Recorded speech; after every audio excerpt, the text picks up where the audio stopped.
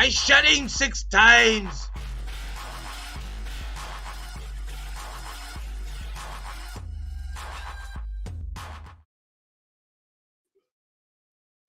What is going on, Horror Gang? How's everybody doing tonight? Sorry about the delay. I know you guys are probably hating me, probably grinding me up in the chats right now.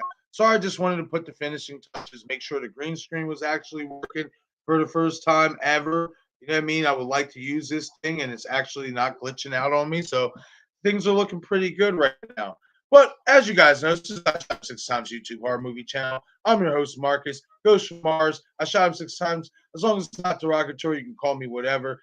Hope everybody's having a great night, having a great Memorial Day weekend. Everybody's cooking out, having some good food, enjoying time with family. I mean, we're going to go for a nice long stream tonight. We have three franchises that we want to cover. We're going to talk some Chucky season 2, give our oversight on that and what we expect, and have some interesting theories and some topics on that we're going to touch on, as well as obviously Halloween Ends and Scream 6. Tell you one thing, that Scream 6 cast list is starting to bug me. They need to leak some information or something.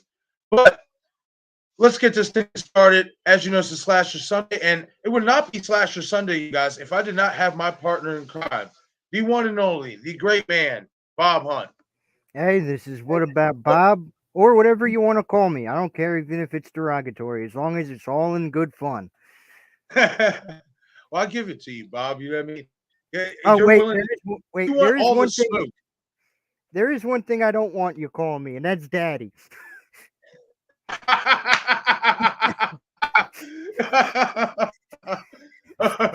Oh, good thing to get that established. Good thing to get that established, my friend. Good stuff. Before we get any trolls like that in there. Yeah, right. I know that's right, man. But how's your Memorial Day weekend been going so far, buddy? I'd say it's going pretty good. Just nice to honor my father from when he served in the war back in the day, and it's just a nice, peaceful, relaxing time. I know that's right, man. Shout out definitely to all the men and women who have served this country. It definitely takes special human beings to do such. You know what I mean? So, you know what I mean? Shout out to you guys. Like I said, definitely take a special human being like to put their lives on the line for an entire nation, an entire country. You know what I mean? Even when sometimes the reasonings aren't, because of our government isn't right, still go over and do what they do. It honestly, words can't describe it. I know, honestly, like you got to tip your hat off to these people. They deserve this day, you know what I mean? So hopefully everybody's having a great weekend, enjoying time with their loved ones. If you have family members in the service, shout out to them. Hopefully they're alive and well, and you're getting to spend time with them and enjoying some really, really good food, especially on the grill. Yeah. You got anything planned for tomorrow for Memorial Day? Like you burning it up? You grilling? No, but I am going to attend a friend's barbecue. Hey, shit, that's good enough, man. Hey, listen. I always say this: if you can get out of events like Memorial Day, like Christmas and stuff, without having to cook, and you just get to hang out and eat, you're doing well. Exactly. You're exactly. Well. I don't want no burnt meat. I know that's right. Got some comments in the chat here. Let's say what's up to everybody. What's up, Val? Conrad, what's going on, man? How you doing tonight? Hey, Val and Conrad. Val says, good evening, Marcus and Bob. Conrad says, hey, everyone, just want to stop by and show some love. Y'all take care. I'll come by this when I get home. Okay, buddy. Yeah, definitely. Yeah. Val. Yeah, Bob mentioned this too. I'm sorry, Val. I wanted to make sure the green screen was working properly. You know what I mean? Because I've been dying to use this for a minute now, and every time I feel like I get an opportunity to use it, it starts messing up and lagging and stuff like that, which is usually why you don't see it up. But so far tonight, it's working pretty well. So, yeah, holding up strong. Hell yeah, man. Hopefully it stays like that, like for real. Yeah, hopefully. That's right, Val. Thank you to all our men and women in the military, past, present, and future. Absolutely. Amen. For sure. Like I said, it's courageous and special type of human beings to do that. Like, yeah, it really does. It does. You know what I mean? especially if they're able like to come back alive and stuff like that. Like the shit that they go through, the post traumatic stress, all that, man. Like people just really don't understand what they go through. You know what I mean? It's not They just don't. about ducking bullets overseas or here in our own country or nothing like that. Like they go through a lot more shit. So you got to commend these people. Yeah, they really do. You know what I mean? But yeah, man. So, Bob, you ready to talk some Chucky, my man? Oh, I'm always ready to talk some Chucky. Finally, something no one else has really been talking about. Yeah, man. Absolutely. That's why I wanted to put it in the stream tonight, and I wanted to really go hard. Probably good. I want to say maybe half hour, even to an hour on it. You know what I mean? Because we got some stuff to talk about. You know, Yeah, Fiona Dorff, Brad Dorff started is returning for season 2. I don't even know why that was put in question.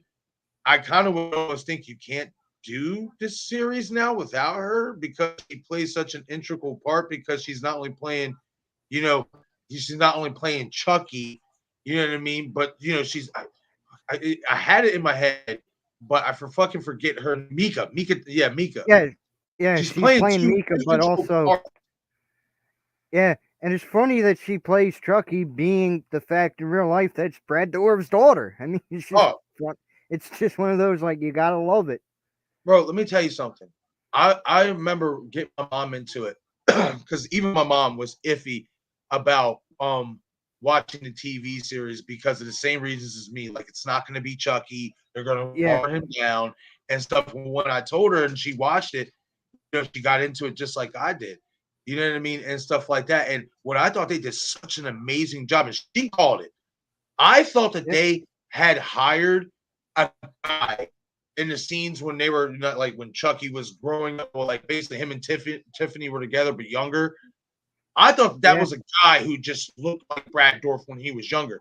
The makeup effects that they did on her to look like him and just they just did such an immaculate fucking job. Like that yeah, almost kind of rivals what Halloween Kills did with Dr. Loomis, in my yeah, opinion.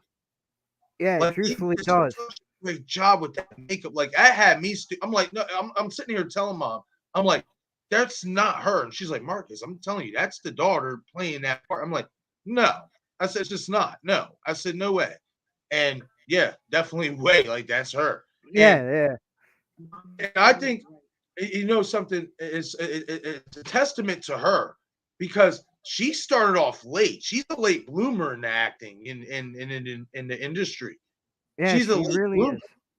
You know what I mean? So for her to be able to have such a broad band, a broad base in her character arc, like in her acting skills, to be able to not only play obviously a female, you know what I mean, but she looks like her dad, period.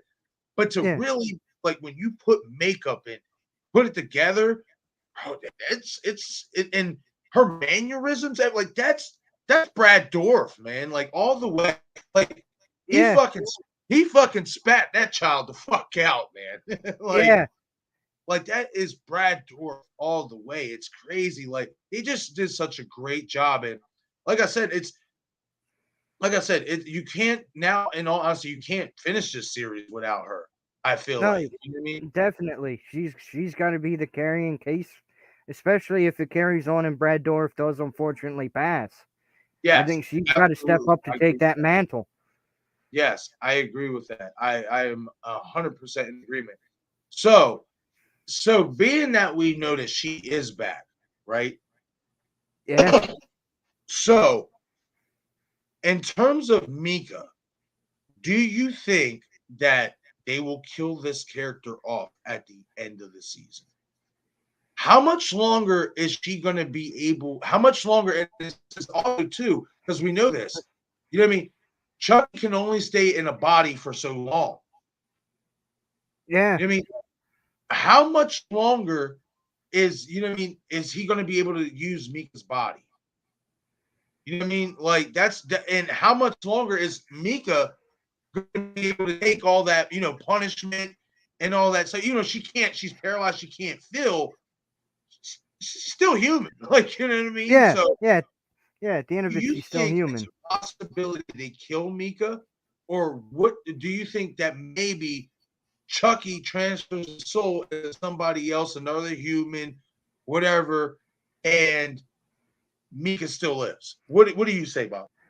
I think one of the routes I'd be more intrigued in is if he does transfer into someone else's body while you're still there, because if you think about it, you had the potential to be going into another child here. So that could leave the potential of leaving Mika there if we continue a possibility thing to at least have her continue in the franchise if Brad does die. And maybe, or what if because of all this abuse, she ends up, if he wants to transfer, she ends up getting transferred into a different body and Mm, and it continues from there. There's that yes, possibility as well. very, very interesting. That would be a hell of a turn because we've never seen Chucky exit a body but take that soul with him. You know what I Yeah. mean? Like we've never seen that. Ooh, I like that, Bob. I like that a lot. Holy shit. Oh man. Like that's good shit, man. Like I like that a lot. I think that would be something cool to explore and another way of Don Mancini getting fresh. Yeah. He's really good at doing that. You know what I mean? So like yeah, I wouldn't mind that at all. I put it this way. I don't want Mika to die. I think if I do think that in this season, Chucky will leave her body. I do think that.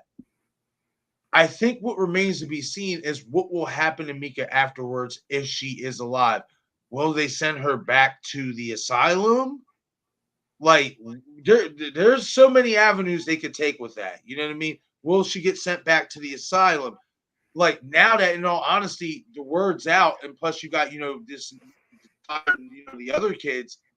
You know what I mean? What if people start believing Mika and like that Chucky, is alive and doing all this and stuff, and they decide not to throw her back in the asylum? Like, I just I think the Mika character should be kept alive, and I think there's many avenues, like you said, especially if Brad Dorff, if he passes, what if he retires? You know what I mean? She Yeah. can continue to carry the mantle in this series in so many different aspects. You know what I mean? And I like the Mika character, you know what I mean? Because holy fuck, this woman has, had a premature birth, has been paralyzed since birth, has went through all this shit with Chucky, transferring in her body, out of her body, and she's still fucking kicking. Like this Yeah. woman's a fucking soldier, man. Yeah, Like, she really is. fuck. Like that shit is crazy. Let me hit some of the comments here, see what everybody's talking about. Yeah, let's see what's going on here. Necessary. What's going on, Amby? How you doing? How's your night going? Hey, Amby and Nate. Yeah, what's going on, Nate's Taste? What's going on, buddy? Thanks for stopping in. Appreciate It feels weird not having you guys in my head as well. it. Conrad, to answer your question, what did you think of the Chucky TV show? Loved it. Me and Oh, Bob was talking about it before we went live, and we said this, and we'll leave it short at this.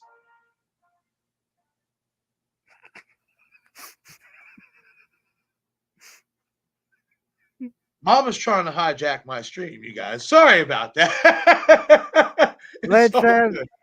We gotta have mom. We gotta Mom have says Mama hi. shot him. Mom says hi, everybody. We gotta have Mama. I shot him 6 times. Crash this, man. She's gotta be a part of Oh it. man, that's good stuff. Oh, that's good stuff. Oh, I'm gonna cut that clip. I'm gonna cut this clip out of the video of the stream, and I'm gonna save it. Yeah. My lord, good stuff. But Conrad, to answer your question, we both agreed that if okay, so you know how us as horror fans, we don't want these new creators that take on an old franchise like Halloween, like Scream. Like if we don't want them telling the old story, we want them coming up with something fresh.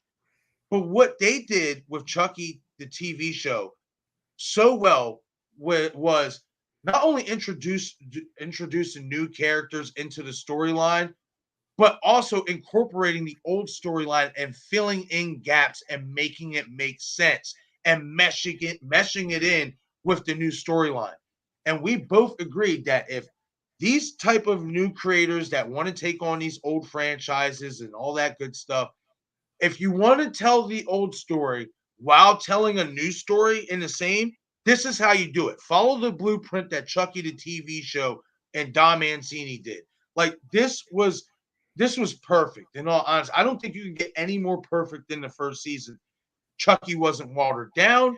He was Chucky. And I think that was the biggest thing for a lot of people.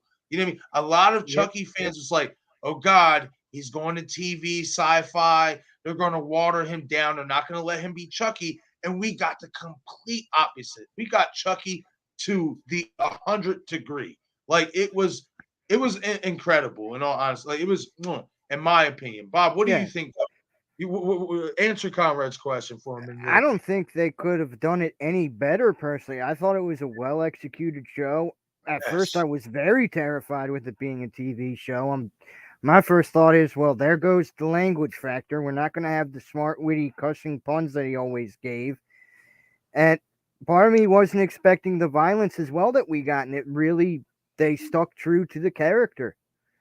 That's true. They did. And that I think as Chucky fans and as Child's Play fans, whatever you want to call the franchise, I think that like I said, that was the biggest thing for us. It's like you got to let Chucky be Chucky. You just have to.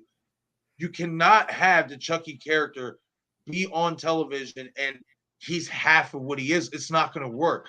He has to be 100% and then some. And we got that. And like I said, but it wasn't even just the Chucky aspect that they got right. They got everything right. They not Yeah, only they not only told the origins, they went back to the beginning, the middle, they went from the past, the present, and the future. That is yeah, so hard to do, especially with an old franchise.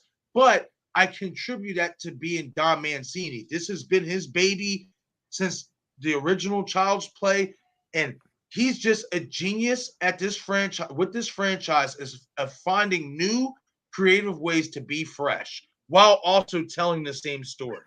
Like yeah, I don't think you can give him enough. I mean, you can't. You got to give him more credit than what this guy gets. He's phenomenal.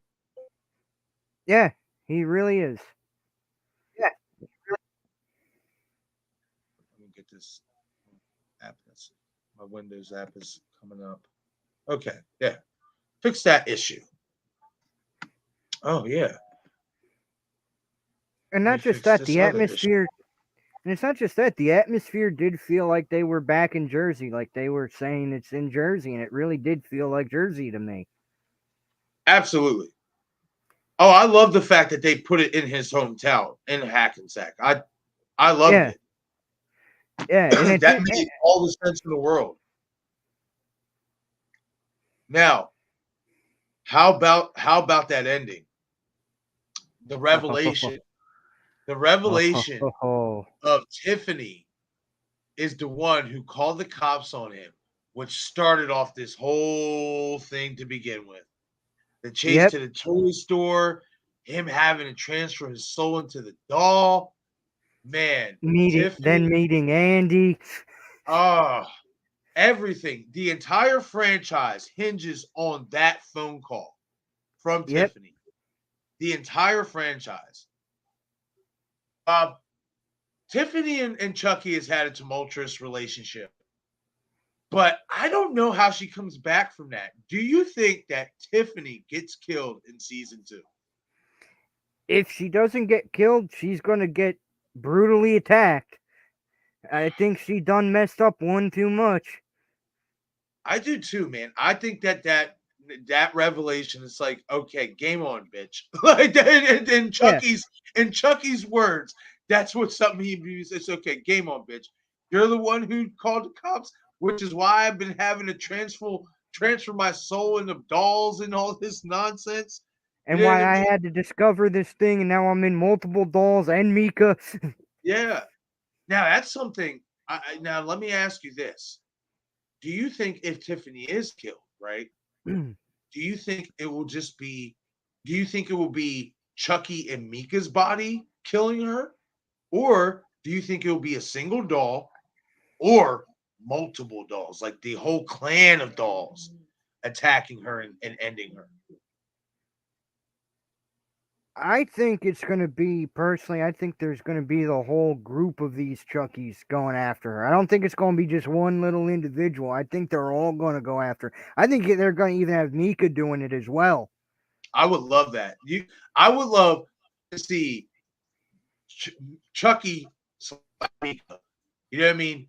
Be Yeah, this army, this cult of Chuckies that they have loaded up in these trucks, and not only obviously still going after Tyler and stuff, but Tiffany has to be she has to be a main target in this movie. Like I mean, yeah, in this TV show, in the season 2. She has to be given off the ending that we got and the revelation that we got. yep, She has to be number one on Chucky's radar, in my opinion. Like she just has to be. She definitely. And has if if she's not, it's a real to. missed opportunity. I agree. I agree with that. I do think she's going to be heavily featured. I think she is going to be number one on Chucky's list. I think it's going to make for a really another fun, interesting season, especially if they go the direction that I think we both believe they are going. It's going to be another. It's going to be another good season. I mean, Yeah, will it be difficult to top the first season? I do because it's just like the original Child's Play. In my opinion, the Chucky TV show, the first season was lightning in the bottle. You might yeah, not be able to capture that same magic just because of how fresh it felt and refreshing it felt to not only see Chucky in his purest form, but also see the backstory, the present, the past, the present, and the future. You know what I mean? Now, yeah, obviously, we're focused solely on the future. So it's going to be interesting to see what direction they take. Now, we've kind of had small little discussions about it on past streams before, but we're really going to delve into it now. And I know this is a character that we both agree that has the potential. There's two characters in Chucky season 2 that I think that has the real potential to show up, kind of like how Kyle did in season 1 to help yep, assist Indy. Now that's one thing. I don't think Kyle is dead. I think she is still alive. I don't think she's dead. If I'm not mistaken, I think they did say she's alive, like she survived or yeah. I whatever. believe. Yeah, I think they said she was alive. How the fuck she did? She's another trooper, man. She give her to her. You know what I mean? Hey, well, But she was a fighter from the minute we saw her in Child's Play too. Really. absolutely, she's always had that dog-like mentality. That's why I connected so well with Kyle's character in Child's Play 2 as well. She had that she had tomboyish tough nose, to her. You know what I mean? But you still got that little girl in her, especially when she was sneaking in from the date and she had that dress on and stuff like that. Like she Yep. still knew how to be a girl, but she was putting on that tough front. Like I actually enjoyed that. You know what I mean, but there's two characters. We're going to start off with the first one, and this is a character I really want to see come back, and I think really has the potential to come back. Pull this bad boy up here. Is De Silva from Child's Play 3. Now, Yep. the reason why, and I think we both can agree, the reason why we think this character has a lot of potential to come back is because she didn't die. You know what I mean? In Child's Play 3. And it's not out of the realm of possibility that Andy has still kept contact with her. It's not out of the realm of possibility at all. And who's to say, she's not seeing this on the news and she's hearing about Andy. And let's just say if they are in contact still every once in a while with each other, and she decides, you know what, I'm also still traumatized from what I went through with this whole ordeal in 3. Let me meet up with Andy and go help him. And I actually would really love to see that character return because she was a badass in Child's Play 3. Yeah, she definitely was. One of my favorite characters in Child's Play 3 was De Silva. Hell yes. And Hell I yes. always wanted her to come back. in every season, I was wondering why the heck aren't we even getting little mentions of her? I'm thinking like, if she'd be seeing this, I could see her wanting to take that because she's so scarred and being at that military school, it Mhm. messes with you because Yeah, because man. you're losing everyone. Hell yeah. And then on top of that, it's just you're in a military school too. Yeah, You're already dealing with the stress of that. And then this this out of pocket, out of this world ordeal just falls into the academy's lap and you're a part of it. You know what I mean? Like this is definitely going to still have an effect on you years later. I mean, look at what it did to Andy. Look what it did to Kyle. yeah, I mean, so it's not out of the realm of possibility that she is another one who could be still traumatized. And like I said, she could still be in contact with Andy, or she could just feel the need after seeing this on the news and seeing what's going on. She's just like, you know what? I'm gonna strap up and I'm gonna go help. You know what I mean? Because we all know she knows how. She's the one who taught Andy how to use a gun, how to shoot a gun. yeah. So it's not out of the realm of impossibility to see this character jump back into action, and I would love it. Oh, so would I. Yeah. But also, Imagine the Silva and Kyle side by side with Andy. oh my God, that would be the best. That I think that's the best trio of OGs you could have. Hell yeah, man. That would be badass for sure. Like, wow. You know what I mean? And in my opinion, if you were to do that, I want to see them. If you're going to have a season 3, of course, we don't know if we're going to have a season 3. That's obviously going to be, judged after what we get in season 2. You know what I mean? Because this could just be a 2-season, event. You know what I mean? Yeah, But if we get a season 3, I would love to see all 3 of them make it into, season 3. And if you're going to have season 3 be the last season, I would like to see them be a part of it. It would really come full circle, especially with De Silva, especially because she was in Child's Play 3. yeah, I mean, I would really like to see that character come back and team up with Andy and Kyle and the kids and see what happens. You know what I mean? I would really like that. I really like that character in Child's Play 3. I love the scene with the, her challenging, the head, you know what I mean? The head, whatever you want to call him, drill sergeant, colonel, yep, whatever, and stuff. And she does the push-ups and stuff like that. He says, "What did you call me?" And she says, "I called you an asshole, sir." yep, Loved it. Like I was just like, yes, she's fucking hardcore. I like her. yeah. And we don't get enough of them characters much in movies No, anymore. we don't, man. Let me tell you, man. And I think we all can agree, even in chat. I mean, I understand evolution is something that just we can't compete with. You know what I mean? Man, we don't make horror movies like we used to, man. Like No, they don't. it yeah, they used to capture a certain spirit. You know what I mean? That's why we love going back and talking about the old movies and stuff like that because it's just like those movies captured a certain spirit. Not saying that the newer sequels or the reboots don't capture a certain spirit within its own, but it just don't capture the same spirit as the originals. It just doesn't. Exactly. It just doesn't, man. Like oh man, God, I miss the way old school horror was perceived and made. Like fun times, really Yeah, fun. yeah, it really was. And back then, the old horror movies too also gave you that fear of feel of uncomfortability, and that's really what horror is meant to do: is give you uncomfortable. You're supposed to feel unsafe.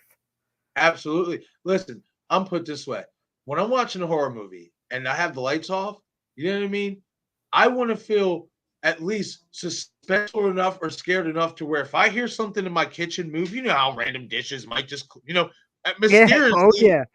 something might just mysteriously fall down. I want to be able to have to turn my light on for the rest of the movie.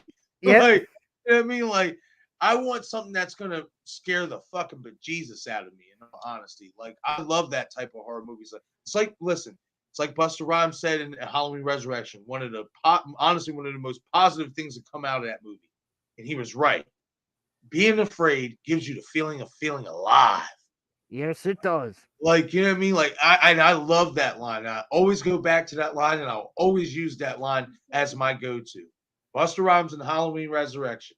when he's talking to the girl Sarah or whatever, and she's like talking about she's scared because the part, and he's like, fear is good. Fear gives you the feeling of feeling alive. You know what I mean? Had Yeah. to remind Mom Dukes a little bit. You know what I mean? Memory's a little cloudy over there. Get him. Get him. He's starting stuff. Get him. Yep. Oh, I do this all the time. You know what I mean? I always remind her that this is what you created. It's your own fault. Blame yourself. Don't blame me. Yeah, that's a valid point too. Craven, what's going on, man? Hey, party people, what's going on, buddy? How you doing Craven. tonight? Mom says hi, Craven, by the way. Can't stay long, but want to say hello. What's going on, buddy? Hey, appreciate it, man. Appreciate you even just stopping by, Craven. You know it. Yeah, it's great to see you. Especially promoting us smaller guys. It's always a nice thing to see. Absolutely. Hell yeah. True. Val says hello, Marcus's mom. Look, you're getting Hi, look at you getting some clout over here. I should pop my face in there and be like, hi. Well, go ahead if you want to. Okay. Yeah, go ahead. She's hijacking. She's hijacking. The stream has been officially hijacked. Hi, everybody. Well, you didn't even really get in there. It's like half a face. Here, I'll help you out. Hi, everybody. Look at you. Dude, you are so terrible at this new technology shit. You're so old school. Hi. Go after. Marcus is twin. All right, look at my baby. I digress. Hey, Marcus, why didn't you tell us your twin was better looking? I know, right? Because if I do that, I give her infinite power. You don't understand what I will have to go through. Oh my God, no. Thank you. You're welcome. Oh my God. Let me. I hope my sister is out here watching this stream. And if you are, you need to come get your mother, please. Like, no, let me stop. Gotta love mom. You gotta love Mom Dukes. Got to. Necessary distraction. Hello, Mom. You're getting a bunch of love here, Mom.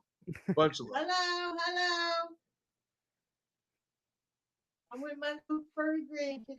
Okay, I'm gonna catch up with some of these chats. Yeah, let's see if anybody's getting naughty in here. Conrad says, I was one of the guys, but man, I was proven wrong. I think he's referring to as like one of the people, like one of the guys who was like afraid of like Chucky not being good and not, being up to par, and he was proven wrong. I want to say that, Conrad. If I'm wrong, correct me, please. Yeah, I think that's where he was going with that. Nate. Oh, Nate. You done gassed it up now, man. Now we got to do watch parties about it. So I mean, I know we got the watch party for Wednesday with Val, the Rocky Horror Picture Show. You never saw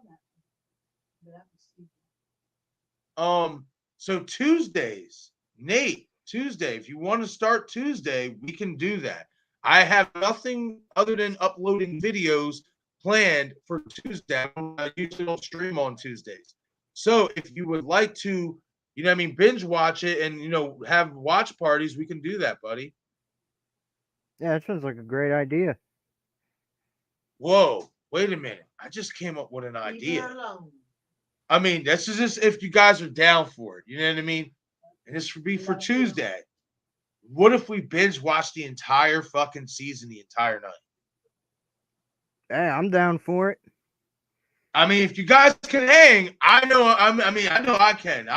I will have to fill up on a bunch of coffee, but it will work. Like, hey, I can hang because of the Craven stream. It can definitely work. Yes, we can do that. We can binge. Guys, hit me up in the chat. Let me know what you guys think about that. I mean, I know some of you guys might have to work and stuff like that. So if that's a no-go, you know what I mean? I understand. Unless you guys want to schedule it maybe for a weekend or something like that. maybe Friday night, maybe if that's more better.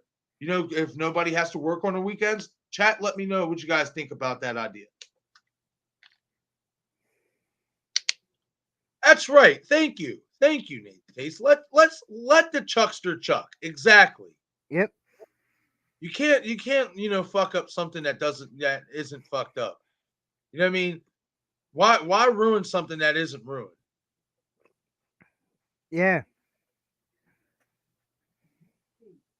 Val says, Nate, it's worth to watch.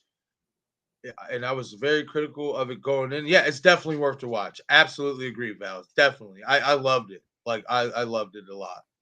And I'm hoping season 2 is just as good, if not better. Yeah, I'm hoping it is better. Nate, I'll definitely give it a try while I still have Peacock. Yeah, Peacock. Yeah, definitely, man. Check it. We'll have to check it out. I mean, like I said, guys, hit me up in the chat and let me know what you guys want to do. You know what I mean? If Tuesday night doesn't work good because I know people got to work, if the weekend works better, Friday night works better, let me know. Maybe we can all do the entire season and binge watch it together in one night. Clear the whole table. Conrad says that would be so damn insane. Wouldn't it be, man? Yeah, it really would be. Kudos to MTV and Sci-Fi for these series. Absolutely, Valerie. Absolutely. I thought it was USA and Sci-Fi. No, I think she's referring to Scream as well. Scream the TV series. Yeah. Scream the TV series, the first 2 seasons. Yes, absolutely.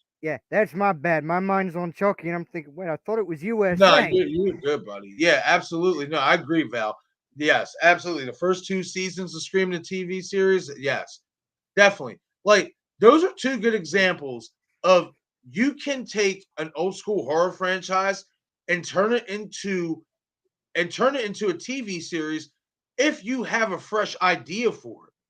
You know what I mean? Like it's all about a good concept and having a fresh take on it.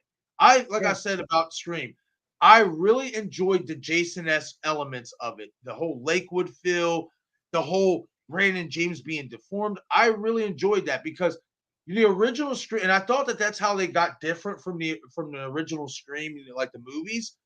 We know that Scream was obviously an homage to Halloween. In my opinion, at least the first season, well, you can even say the second because it was in Lakewood. The TV series was an homage to Jason Voorhees, in my opinion. Oh, no question. Like they just everything had such Jason-esque feels to it, and I loved it. Like, just loved it. I loved the backdrop of Lakewood. Like that was just fantastic setting, fantastic everything. I loved Scream the TV series the first 2 seasons. Yeah, and the best part with Chucky is I don't see Mancini going anywhere. I think he's going to finish it out. So we're not going to have a situation where we're going to have a different set of writers coming in and screwing up the story. Exactly. Thank you. Exactly. And that's why I love Don Mancini, because he's like, this is my baby. You ain't fucking with my baby. You know what I mean? Even though they did kind of fuck up and make that new Child's Play or whatever, that has no illegitimate effects on the real Chucky. We know who the real Chucky is. Exactly. You know what I mean? We know who the real Chucky is. And Don Mancini, like I said, he does not get enough credit for the continuous consistency that he provides in this franchise. Being able, I would put it this way, one could even say he's the Chris Jericho directing. He comes up with all these fucking new ideas within the same story, within the same timelines or whatever, and he makes it make sense to where you don't hate it and you actually love it. Like, I'm not gonna lie, when they first originally was gonna come out with the Cult of Chucky, I was like, I didn't know how to feel about it, because I thought that what was the one before that called? Curse. What was it? Curse of Chucky. Curse. I thought with Curse, I loved that one. You know what I mean? So when they were talking about doing a Cult of Chucky, I'm like, I don't know how I feel about that. But then when I seen how they did it, I was like, wow, that's really fresh, and it's real. Actually, it makes sense. It does make sense, because he's a fucking voodoo master, and if he can transport into one doll, why can't he transport into multiple? Exactly. You know what I mean? Like, so when they did it like that and stuff, while also, even though what I loved about the resurgence of those two movies, Curse and Cult, is though they had their funny elements to it, it got back to the roots of it being suspenseful, like the original Child's Play, and being somewhat scary. Chucky was serious. You know what I mean? Exactly. And I loved it. And that's what they did so well with Chucky the TV series as well. And I'm hoping, and I have no doubts that it will remain the same. Don Mancini, I stopped doubting him. I stopped doubting him when he did Curse. I stopped doubting him when he brought out Curse. I said, okay, you know what? Seed of Chucky was hit or miss. You know what I mean? Some people like it, some people hate it. Yeah.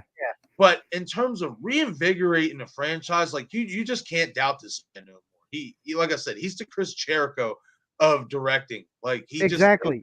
he knows how to stay the same but be fresh while staying the same. And I think that is so pivotal.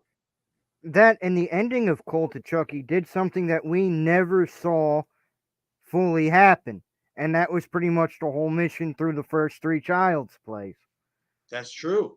Oh, spoiler That is so alert. true. Yeah, sorry. Spoiler alert, guys. Sorry. Spoiler alert. Carrie Crave Cinema. Hey, what's going on, Carrie? Thanks Hey, for Care Bear. popping in. One day we got to have you on here, Care Bear. Oh yes, no. See, and I mentioned it. I think Amber mentioned it to Carrie. I sent out a message to Jackie. I'm sure. I said something to Val. Well, Val heard it on the stream because I came up with the idea on stream. Get some water up in me and stuff. I'm planning on doing a live stream with all the females, my mom included. She said, she's agreed to come on live stream and stuff, showcasing the females of horror and suspense, going through a plethora of all the female killers across horror and suspense movies. I think it will be fun. And I think we will have a great time doing so. And I'm looking forward to doing that. Hopefully, we just got to obviously make sure the schedules line up and all that stuff and make sure everybody is down to do it.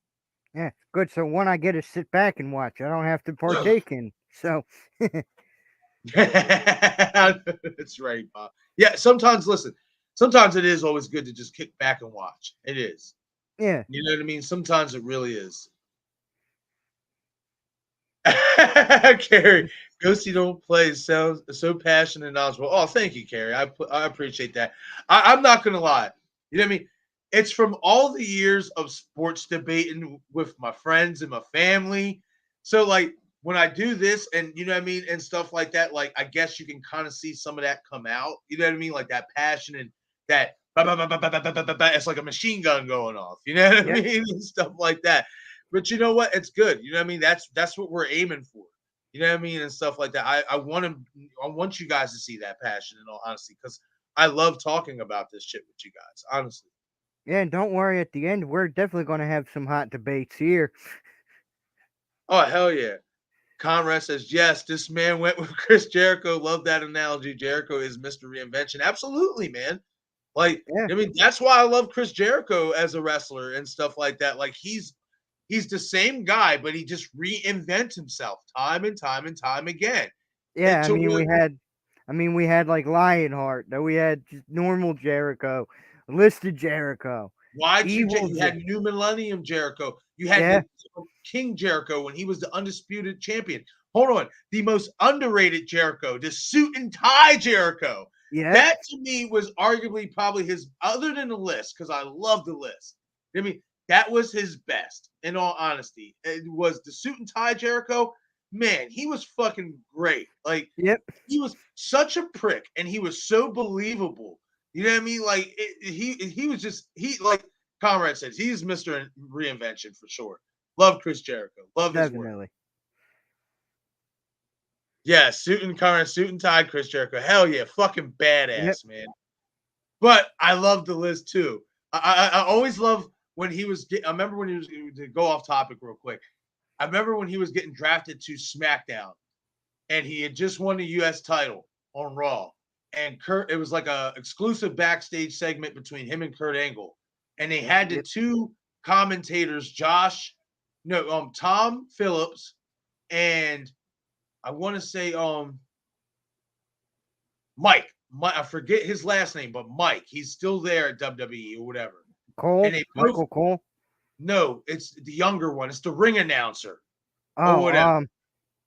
yeah, I know which one you're talking about. I can't think of his last name. Yeah, so they both roll up on Chris and they both ask the same question, like impressive victory tonight, recapturing the U.S. title. How are you feeling after your victory?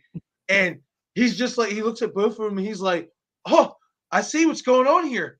He's like, you're clones. He's like, you know what happens when two stupid idiots interrupt two longtime friends having a great conversation? And he's like, you know what happens when two idiots with two stupid haircuts and two stupid ugly beards interrupt? And he pulls out the pen and he's just like, you just made a list. I love it when he does that shit. I love the list. Like, he's just a fucking genius, man. Love it. Yeah. Love And Chris then Jericho. I can't deny a little bit of the bubbly. Yeah. What did he say? Seriously? Get out of 2016. This is the list no longer. This is the lexicon of La Champion. Fucking love him, man. He's just great. You cannot hate on that man. You can't. No, you can't. Oh man. All right, let's check some of these chats. Seed was okay, not great. Conrad says, Conrad, I had to vehemently disagree, buddy. You know what I mean? I hated it. Like they fucked everything up. But I'm glad you brought Seed up because that's something. It's something else I want to talk about, Bob. Is Glenda? You know what I mean? Will we see Glenda in season 2? Oh, some of the talks where I'm hearing, it looks like Glenda's going to be involved, and I'm excited. Shit. And part of me wants to see what they do with it. Can you make me like a character I didn't like in the first place? I agree. If you can do that and sway my mind on a character, you've done your job. Now, I want to ask you this. Will Glenda show up in doll form or in human form? And the reason why I say this, Bob, is because remember, in season 1, there was speculation that the redheaded teacher was Glenda and she's just basically in disguise. Yeah, because of her red hair, because of the red hair, and because how she snapped at the kid and cussed him the fuck out, which kind of reminded a lot of people of Chucky. Yeah, that's what I was. That's what I was going to say. I think we kind of maybe already found who Glenda is just from that one thing, because too much added up to me thinking it was her. Now, what if we had somewhere where people don't want to realize it was Glenda, but we end up getting Glenn?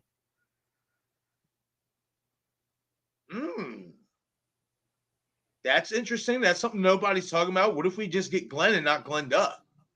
Because Glenn's more that level-headed. He didn't really want to be a killer. That's true. Man. Oh, man. What if we get both? Oh my God! Then we're talking a match made in heaven. It's about to hit the fan, Bob. Like I said, if it's written correctly, I say you could have both. I think so too. I think you can too. I really do. I think you can find a way. Like, hey, it's Don Mancini we're talking about. This guy, he's proven himself to be the Chris Jericho of directors. He's the fucking Mr. Reinvention. You know what I mean? Like, so there's no doubt in my mind that he can reinvent the Glenda character and make it not only serviceable for this timeline, but make it to where people who did not, like ourselves, did not really care for that character, make us love it. You know what I mean? Yeah. And how you do that, in all honesty, I think you have to have both Glenn and Glenda. I want to see the battle for supremacy. You know what I mean? You know what I mean? I want to see who's going to take over and who's going to win. Like, you know what I mean? Oh man, Bob taking a shot. Did somebody challenge Bob to take a shot in chat? No, but it's something that I read and I had to do it. All right, good stuff. Hey, shit, you know I don't give a damn, buddy. Oh, I know you don't. I'm just saying, when you get caught up in the chat, you'll see the one that I took a shot to. Oh, okay. Let me look at this chat.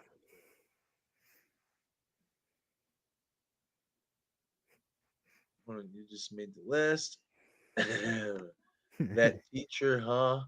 I'm suspecting it's her. Conrad, yeah, okay. Yeah, Yeah, no, I Carolina agree Island. with that. Me and Bob agree with that for sure. I think that that's who it could be if it is Glenda anyway.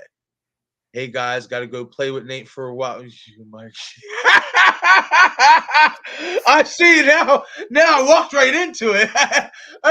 Damn, that was oh man, that was like a knockout shot. That was like you walking into a right hook you didn't see coming. Like shit. Yeah, I completely forgot about it. To tell you the truth, I forgot about giving you a quick heads up just in case. And we're just sitting here, We nothing's gotta put being this up. said. Necessary distraction. Amber, love you. No problem. You do what you got to go do. You know what I mean? You go play with them tentacles. Just make sure you get the KY jelly first. Oh my goodness. Hey guys, got to go play with Nate for a while. We will try to make it back when you're done. All good. Like Amber, you go ahead. You do your thing. You too, Nate's taste. Yeah, Peace go do out, brother. you. Good night. Love the live stream. I sub to you. Hey Nate, thank you, buddy. I appreciate it, man. Really do appreciate the support. I'm gonna subscribe to you as well, buddy, for sure. And maybe we can link up eventually, and maybe get you on here as well. I still have to get Amber on here as well, Yeah, we as gotta. Yeah, I want to see Amber be a part of this Slasher Sunday, along with Care Bear. exactly. Yeah, we can definitely put that together. Not that I don't enjoy it being Either just me that, and either you. that, or we'll have to do a separate live stream because I know Carrie. I remember her saying she's off Friday and Saturday, and I think she works Sundays. I mean, granted, she's here now, so she could come in like later. So, you know what I mean? Yeah, That could always work. You know what I mean and stuff. I forget about that. I don't know why I do that. Like, I forget that I can just add people to the stream whenever the fuck yeah, I want. like, yeah. We really could. like it's oh man, it's memory blank. Like shit. Oh, I have no qualms that I know that my immortality is waning. I know that I'm getting old. I don't put that in question, dear mother. I don't. I tell you every day I feel like I'm 33 going on 53. You know what I mean? Don't let him fool Especially you. with He how my talks back about how. feels. Don't let him fool you. He always talks about how he's immortal and he's never gonna die. Don't let him fool you. Damn, come on, Bob. You can't be swilling out on me, man. No, I always say how it sucks because with each passing year, I feel like immortality's waning. You know what I mean? Like I do. I'm getting more wiser.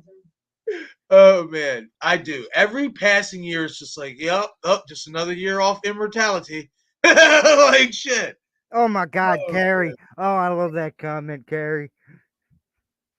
Carrie, yeah, I'm 32 going on 16. Well, damn, Carrie, well, can you give me some of your soda or whatever the fuck you're drinking, please? Because I need some of that youth syrup. I mean, Like, shit, Carrie, I what? wouldn't Do you feel like live I'm next to the 16. Fountain of Youth? I want to feel like I'm 16 again. Like, shit. Man, man, oh, man, I can't even get started, man. Those days, good times. Good times. You know what I mean? Some of those people aren't here no more. You know what I mean? Unfortunately, that I got to spend some of those times with that I wish were still here. You know what I mean? But Yeah. you know what I mean, trying to keep them proud, live their spirit on, you know what I mean, and stuff like that. Especially Yep. with this stream, especially when it comes to my best friend with this stream. She was a very, very big horror fan. Speaking of which, I am going to be doing a stream on July 10th.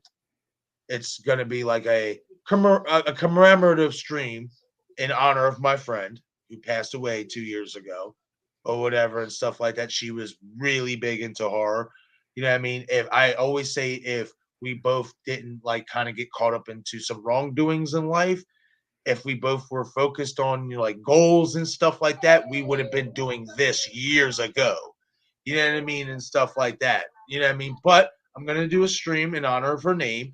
We're gonna talk a lot of good horror and stuff like that. And just what I mean, do right by her and kind of have like a celebration of life because when she passed away was during the pandemic. So like all our like mutual friends and like her mother and stuff, we didn't get to really even do a proper sending off for her. So I kind of want to do that for here on the channel and on the stream and stuff like that. You know what I mean? So definitely. I mean, Nate. Oh, that's Nate's birthday. Holy shit. Well, buddy, if you would like to come join, and stuff like that, you are more than welcome to. We could celebrate your birthday as well as celebrate my friend's life, who passed on and stuff like that. I mean, we can do both. You know what I mean, for sure. I'd be down for that. Yeah, You know what I mean? Like I tell people this, like, don't get me wrong. You know what I mean? I have my days, when I think about her, you break down, you cry, you go through all that. But on the actual day, that she passed, I don't know more. I actually just use that as a day to remember her and be positive. You know what I mean? Because I know that's what she would want. You know what I mean? And stuff like that, which is why I came up with that idea. Like, you know what? Let me go live that day. Let this be like a celebration of celebration of live stream for her and stuff, and just hang out with you guys and talk horror because that's what she would want. Exactly. And, talking about that, it's funny you had brought that up. I was thinking about doing one on July 14th, the day I had lost someone very close to me as well. So I thought that was kind of funny bringing that up. I'm sitting here like, that's crazy, man. Like maybe outside of just being like joking, maybe it was meant to meet something for that. Honestly, man, listen, I'm a firm believer. Mom, can you please turn that down a little bit? Now tell her to turn it up. I can't hear it. Tell her to turn it up. I want to hear it. I don't want to hear it. Let me stop. Let me stop fucking with you, Mom. Hey, you wanted this. You wanted to be a part of the stream, so now you're getting what you want. You can't back out now. I'm not saying no. I just turned it down. Let me stop messing with her. Marcus, is it wrong? I could see her like standing like right in front of your computer to where you can't see her, and she looks like she's gonna slap you. Oh, I'm about to say, I'm surprised she hasn't got up and punched me in my face yet. Yeah, like, I could see her getting ready to slap you. Like, trust me. Oh, trust me. If she felt obligated to duff me out, she would do it right here in front of you guys on this stream and have no shame about it. Hey, when this channel gets monetized, I'm putting this on here now for $100 super chat. His mom gets to punch him. Oh, damn. You know how happy she would be to do that? That's why I want to see it happen. This idea, Bob, this idea that when I hit 1,000 subscribers, I mean, or whatnot, oh my God, this is fucking me up. When I hit 1,000 subscribers or whatever, that's when I'm allowed to accept super chats and stuff. Like, that's when people pay for their comments to be like put in the front of the line. And he said he's going to send in $100 super chat for you to punch me in the face live on stream. She just smiles. Damn, come on, man. I need a cigarette now. Look, Marcus. Yeah. I won't punch. You got her rubbing her hands together like fucking Mr. Burns in The Simpsons. Yeah. Yep. Agent Smithers. I hope you're ready, Mr. Witherspoon. That's good shit, Bob. I love it. Fucking love it, man. But yeah, like, so all right, so let's get back, you know what I mean, to the topics at hand, kind of going off rails and shit. But good fun for sure. So we were at Glenda and Glenn, you know what I mean? I definitely think that the teacher could be Glenda in disguise. I think that's a big possibility. But if she's not, how do you think Glenda / Glenn will be introduced? And when they are introduced, who do you think will be introduced first? Will it be Glenn or Glenda? I personally think if we don't get an introduction, I think it's going to be Glenda first. Hearing about this on the news somehow that Chucky's going on a rampage and she wants to help her father. Mm-hmm. And maybe midway through the season or something, maybe Glenn gets wind of something. Maybe even if it's from Tiffany, that, hey, Glenda's joining your father and he's trying to kill me. I could use your help. Wait a minute, real quick. See, because now I'm starting. Things are starting to jog back to me. So wait a minute. That's right. Isn't at the end of Seed of Chucky? Don't isn't Glenn and Glenda they're like kind of like separated as both boy and girl? Yeah, twin bodies, but one's a separate sex. Whoa. That just changed the dynamic for me a little bit. So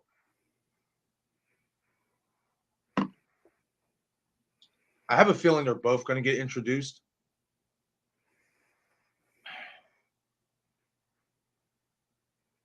Who did you say you think is going to get introduced first?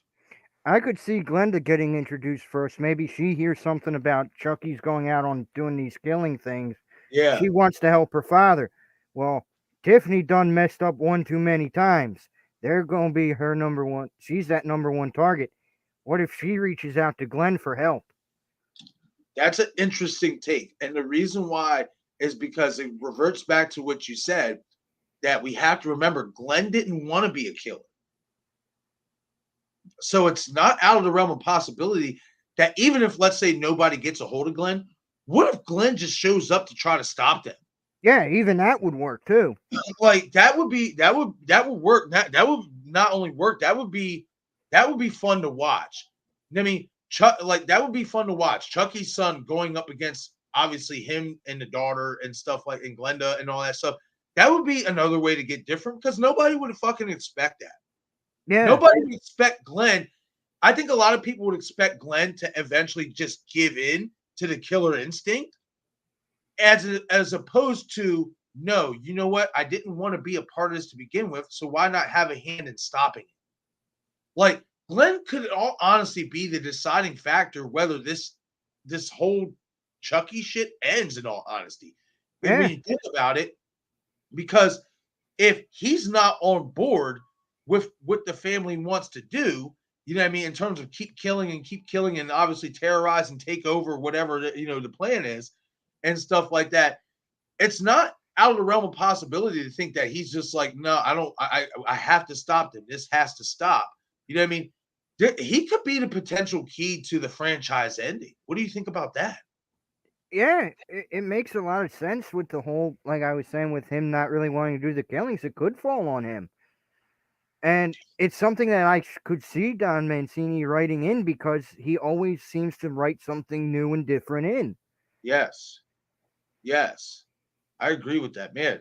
We just came up with some really good fucking source material. You know what I mean? Even if what we're talking about isn't in the show, this is stuff that definitely can be incorporated into the show and in a positive and in a right fashion. You know what I mean? And stuff like that. And I do think though that we will see these characters, De Silva, Glenda. I do think at some point in season 2, when I can't give you that answer, but I think at some point we will see them in the TV series for sure in season 2. Now, another character that I think has the potential to come back as well from a Child's Play movie, Child's Play 3, is Tyler. As Yes. we know, Chuck, this is the child that obviously Chucky wanted to transfer his soul in. He was going to be the new Andy, and obviously that did not Yep. happen. Now, before I hopped into the studio and stuff like that, I was uploading the overlays and stuff like that, and I checked out the Child's Play 3 cast list, and the kid who played Tyler doesn't have a picture. So I don't know if he went on to be an adult actor, if he retired. I don't know. There's no information on him. It's kind of like one of those Tommy Doyle situations. You know what I mean? Yeah. So obviously, if this character were to come back, unless they find him and he's willing to come back and do it, the original character, which was portrayed by Jeremy Seiler, if I'm not mistaken, if I'm pronouncing that right, Yeah, that or sounds whatever, right. and stuff. If they find him and he does come back, cool, great. But if they can't find him and they do want to bring this character back, who would you like to see play Tyler? Because I think we both can agree if you're going to bring De Silva back, you have to bring De Silva. It has to be I think her name is Perry Reese or Yeah. whatever, or Yeah. Percy Reese, something like that. Yeah. You Something like have to that. bring her back. You have to bring the actual character who portrayed the actual actress who portrayed that character. But if you can't find Tyler, who would you like to see play Tyler? Ooh, that's a tough one. Uh, what was the exact year that 3 came out? I could look that up right now. I want to say 88. All right, so let's just say it was 88. So let's see. So we have 98, 08, 18. So that's what, about like 30, 40 years separation. So Yep. so he was about 10. So now you're pushing what, about like 50, 60. So what if they got someone? Oh, This is I'm wrong. It just uploaded. They have a picture of him, so I guess he still is acting. okay. Well, then that would change that. Then definitely I would say if you can get him, he has to be the main priority. Oh, If absolutely. not, if not, and this is a tough one because I'm trying to think who would fit that role good, but it's like we saw what happened 2 times with Tommy Doyle. They didn't get someone that kind of, at least to me, was the right Tommy Doyle for a Tommy Doyle-esque character. I agree. I It's like, agree. And that's one thing I don't want, and to a degree, is if you are going to bring Tyler back, I would want it to be the original Tyler. You know what I mean? I wouldn't want it to be a whole new actor playing that part. If you couldn't get the original Tyler, then you know what I mean? Obviously, you would have to get somebody new, but obviously, being that he still is acting, you have to bring him back. yeah, it would have to be him. And we could throw names at the wall, but that doesn't mean those specific actors would stick to the wall and work. Mm-hmm. Now, how this could work too for both De Silva and him to both enter the series is, what if we obviously cut to a scene? You see De Silva in her kitchen or whatever, this and that. She has a TV on or whatever. She sees the news, this and that. And she calls Tyler. Hey, Yeah, Andy's in trouble. We got to go help him. It's happening again. You know what I mean? Like, and stuff like that. Like, I can definitely see that as an entry for them to put them into the series. Like, that's the way they would introduce them and stuff like that. And I would like to see that because, like we talked about, these are two characters from the past that has been traumatized by Chucky. You know what I yeah, mean? So it would be really interesting to see, what are these characters doing now? What are their lives like? And how traumatized are they? Are they traumatized to the point like Andy is, where to basically he's kind of like the male Laurie Strode. His entire life revolves around ending Chucky. You know what I mean? yeah, Or were they able to move on somewhat and have somewhat of a life outside of, that trauma and stuff? I think that we could definitely, with those two characters, if they were want to bring them back, we could definitely get some good content out of those characters. You know what I mean? And it'd be a nice nostalgia act. yeah. It really would be. And also, you could have them even being some high-ranking military official or something, Mm-hmm. and they're seeing this on the news, Yeah. Oh or yeah. even Good through the idea. military radio. Yeah. Fucking right. What if they are still at the academy? Oh, What if they're still at the fucking academy? yeah, Like, what if they're still at the academy, right? And now, maybe this is kind of going far fetched, but you know what I mean? Fuck it. You got to use your imagination, right? What if yeah. they are It's at what. the academy? They catch wind of this, right? And they line up all the fucking troops to go fucking help.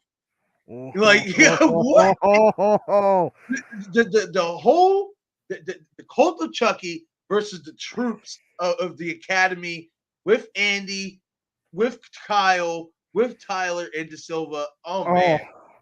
oh, that if that was to end the show completely, I would be down for that. Whoa. Like Bro, that's the perfect to ending the entire series. Forget doing that in season yeah. 2. If season 2 is not the finale, at least have it set up to where at the very end, De Silva and Tyler call in for help because they're such high-ranking military officials, and have that be how you end the TV series.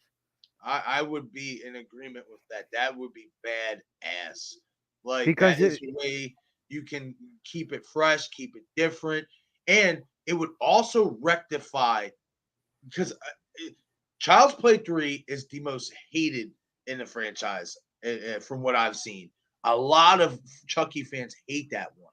That is like their most hated Child's Play movie. Even critics said that's like the worst Child's Play movie that was ever made. So that would really rectify that for them characters, because those characters were good characters. That would Yep. make up for that movie. I personally enjoyed Child's Play 3 because I enjoyed the aspect of them taking Chucky out of like taking Andy out of the foster home or out of his home and actually putting him in a military school. That's not far fetched to think that after all the shit he's been through and with all the foster homes he's been in, that he would end up in a military school. I actually liked that. I like that idea, that concept.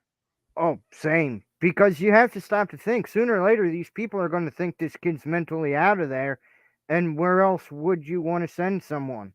Exactly. Especially to toughen up and to toughen up and maybe get some type of mental capacity back. And in my opinion, you do see that in Andy. You know what I mean? Yeah, You see that in Andy that the military school paid off for his character. It did. Because the Andy before the military school, he wasn't worried about guns. He was just worried about straight running and trying to get away from Chucky as fast and as far away as he could. yeah, which makes sense because he was a little kid. Yes. Older Andy, it's like, nah, fuck this. You know what I mean? I'm gonna kill this motherfucker. You know what I mean? Yeah, We're gonna end this shit. You know what I mean? Like, and I attribute that to him going to the military school and getting toughened up, and De Silva obviously teaching him how to shoot and stuff like that. Like, I definitely think with these two characters, we could get them back in season 2. And like I said, I don't doubt Don Mancini that he would do it properly. And I would like to see these characters, especially De Silva. She's such a badass. I mean, definitely. but now that we talked about it, I would really like if they are either in the military or if they are now running the academy. Or what I if would. they're running? Or what if they're running the academy and also high ranking? Oh, that would be nuts. That would be nuts. Yeah, because yeah, now that I think about it, the guy that Chucky, the colonel who Chucky gave a heart attack, he was basically like the head of everything.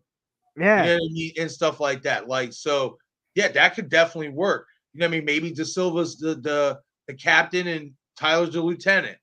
yeah, You know what I mean? Something like that. You know what I mean? Because I would see that because De Silva was older and stuff like that. She was older and she had more experience and stuff like that. So I could see De Silva being more of the captain in that situation than Tyler. But definitely, man, that's hey, I'm with you, Bob. I'm definitely down to see these two characters in Chucky, the TV series for season 2. Whether we will get them is obviously remains to be seen, but I definitely like this conversation that we had on this, and I think we're going to get some good stuff for season 2, and I think some of our ideas, if not all, will come to fruition. yeah. Who knows? Maybe one day, maybe if we don't get him in season 2, what if Don Mancini finds us out and puts it in for us? Right? Right? That's not impossible to think. Conrad said 1993. Okay, good stuff. Thank you, Conrad. 1990. Holy shit! Yeah. I did not know that was a 90s. I did not think that was a 90s movie. You know what I mean? Yeah, I I thought that thought. was still based in the 80s. Yeah, I wasn't sure if it was 88 or 89. Part of me thought it came out like one of those 2 years. Actually, he's wrong. 91, but still 91. Still, shit. I was 2 years old when that movie came I wasn't even thought of yet. out. I wasn't even thought of I it. was still 4 years away from being even conceived. Castellar says, "Hey, Castellar, thank you for joining the chat, man. What's going on? Nice to see you tonight."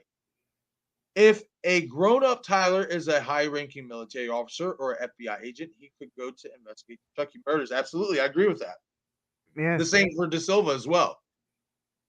You know what I mean? I would like to. I will say this: it's not that I would be disappointed if one or the other shows up. I just feel like it would be more appropriate if both show up. You know what I yeah. mean? To me, Like, to me, it's you gotta have both, in my opinion. Not that I yes, would. I agree with that. I would love to see both show up. I mean, I would be happy with one or the other. I would be okay. I would say I'll be okay, but I would feel like it would be a really missed opportunity if you don't get both. Yeah, because those two are really linked together with the trauma they both would have had to face while it was going on afterward. That's a fact. Oh, hold on. Casteller says Tyler could be one of the younger male actors of Black Lightning or the actor that portrayed the second Firestorm or Legends of Tomorrow. I'm assuming you're talking about him now as a grown up and stuff like that, Castellar. I mean, yeah, I mean, I looked at his picture just a few seconds ago briefly, and I feel like I've seen him play in other stuff before. I'll have to go and check, but I've seen him play in his adult, hood. I feel like I've seen him in a few parts, whether it's TV or movies. He looks familiar to me, like now that he's older. Definitely. Chucky has a longer end game that will last more than 2 seasons. Castellar says. I mean, that's not impossible to think, but at the same time, I mean, it's all about what Don Mancini wants to do, as well as how will this story end, and when is this story supposed to end. I mean, I agree that I think we will get more than 2 seasons, but I also am in agreement with if Don Mancini thinks he can fit everything into this second season, and that's going to be the final season. That's not impossible to think either. But Now, I hope we get more seasons. now I got a question for you. What if there's an interval? Say the first 2 seasons run back to back. Uh huh. There's a year gap while he films a movie to follow up what'll happen in between, and then 3 and 4, like they keep alternating. Is that something you'd want to see them do? I would like that because I would like to see a new Chucky movie. You know what I mean? I would. You know what I mean? So I would not be against that. As well as you can make that work, especially because we have to keep in mind with Tyler's character, what is his story arc and the other characters, the young bucks. What Yeah, is going to happen with them in season 2? So we could definitely let's just say for the sake of argument, right? All the kids survive, right? Well, you can easily pick up on a time gap when they're older. You could easily kind of have somewhat like what you did with Andy with Tyler. Maybe you see them all get shipped off to boarding school or something like that. Not saying that's the idea they would go with, you know what I mean? Because then it would kind of be recycling part 3. But in terms of like keeping those characters, for later down the road for a later timeline, that's not impossible. You know what I yeah, mean? it's just I would something. like that. I would like that. I want a new Chucky movie so bad. Yeah, it's just something that crossed my mind thinking about that because, we don't know what Don Mancini's plans are. He could want to do some movies in between the seasons. Yeah. No, yeah, I agree with that. I agree with that 100%. Castlear says, Andy is unhinged and hell bent on vengeance. Absolutely. Yeah. Yeah, I'd say so.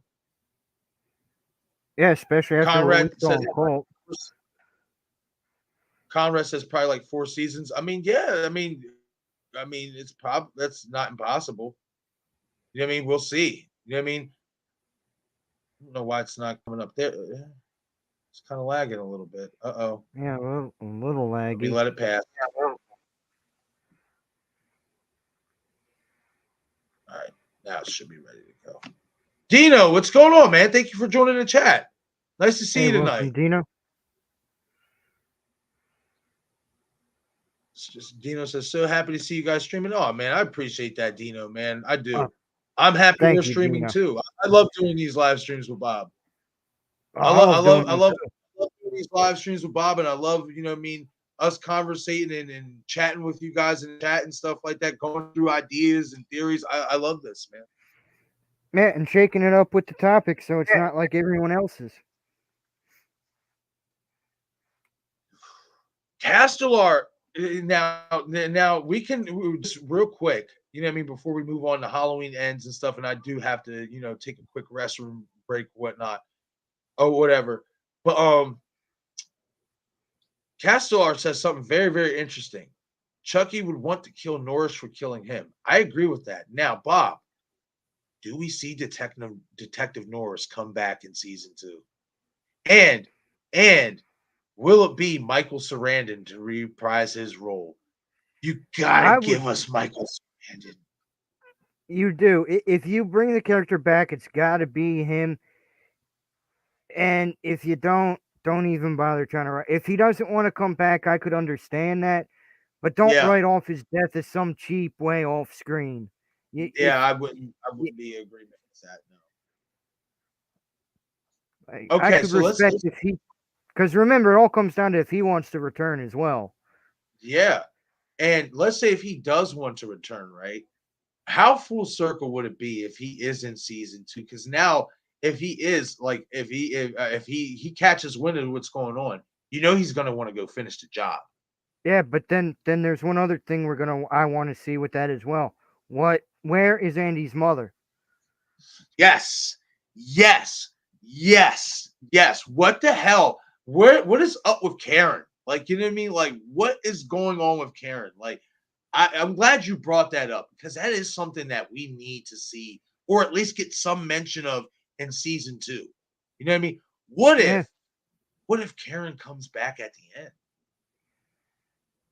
Like, yeah, bro, like, man, like, wow, like, shit. Like, I haven't even been thinking of this and stuff like that. Like, you know what I mean? Because I'm not gonna lie, because they didn't mention Karen, and almost at this point, and it wouldn't fault anybody to think that she might have passed on.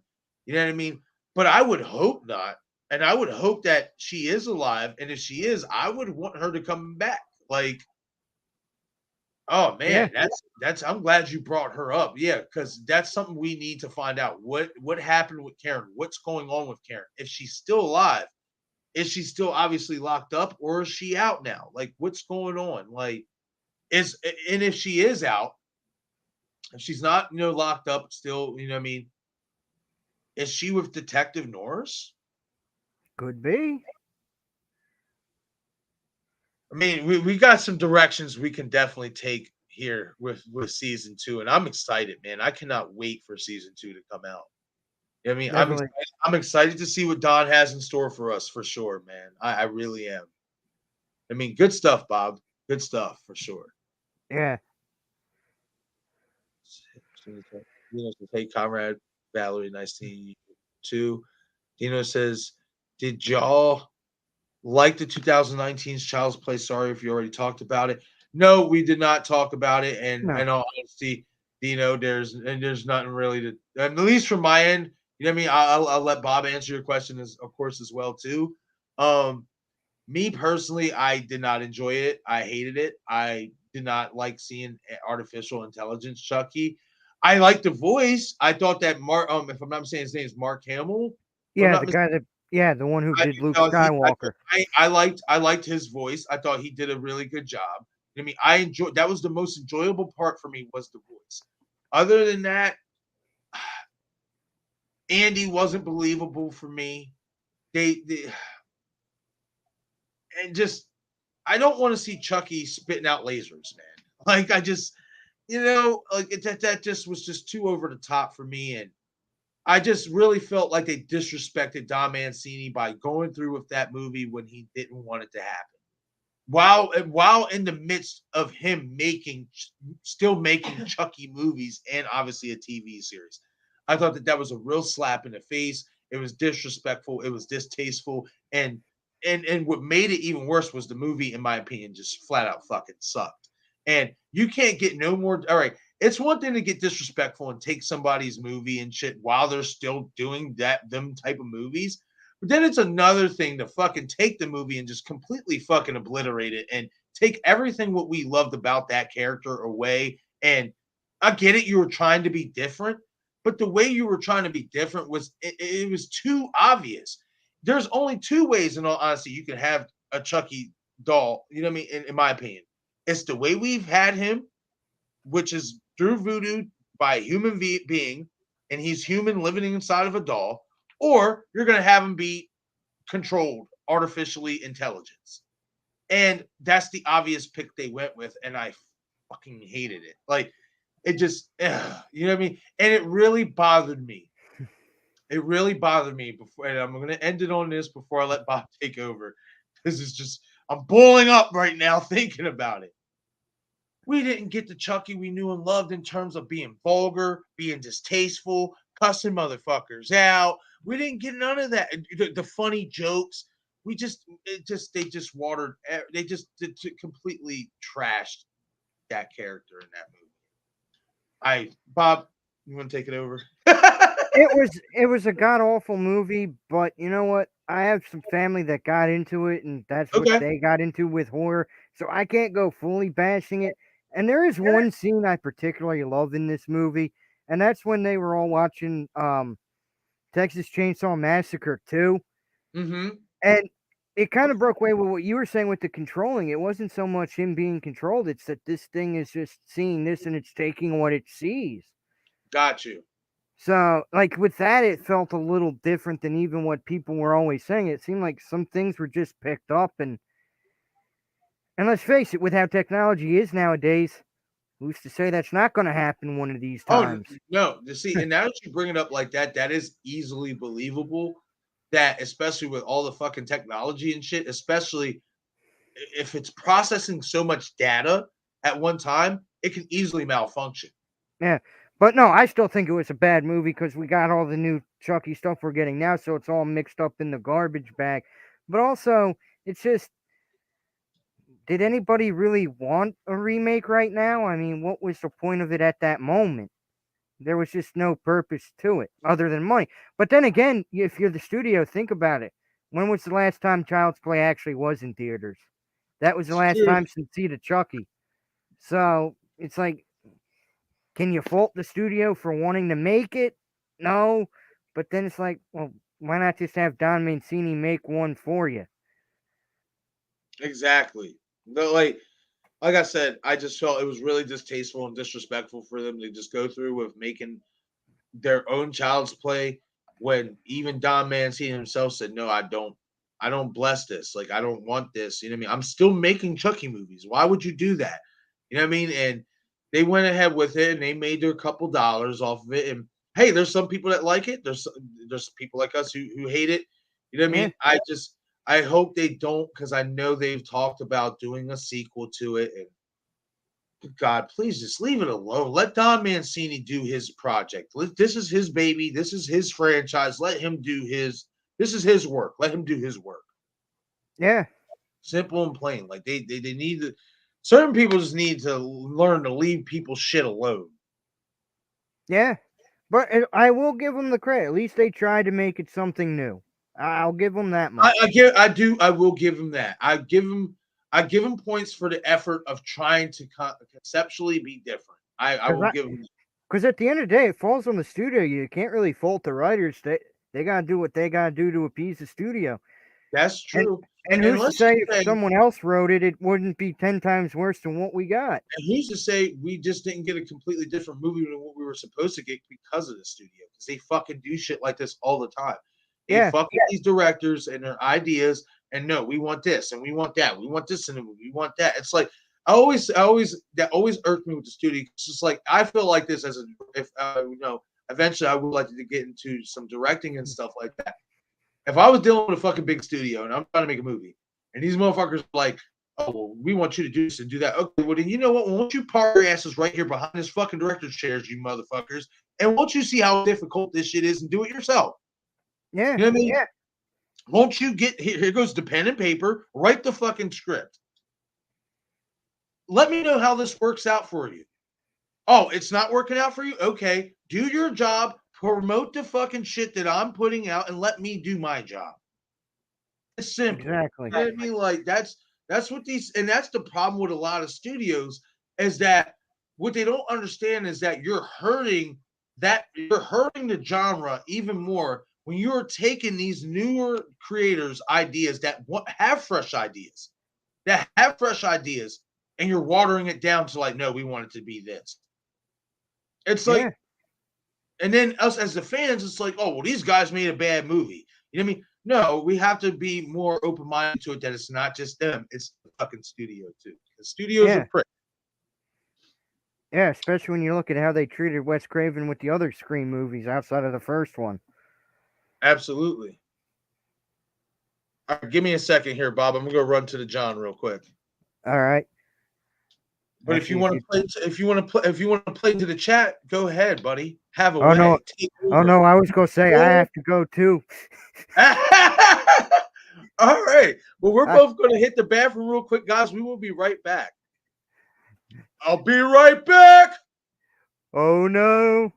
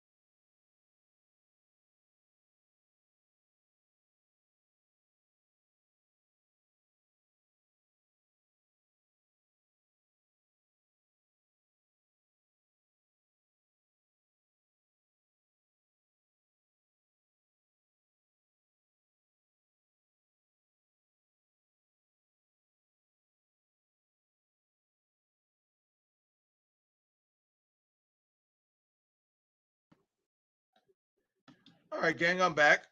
Just waiting for Bob the Office to get back in the chat here.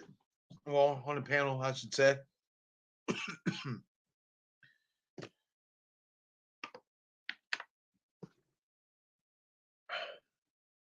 Check out some of you guys' comments and stuff.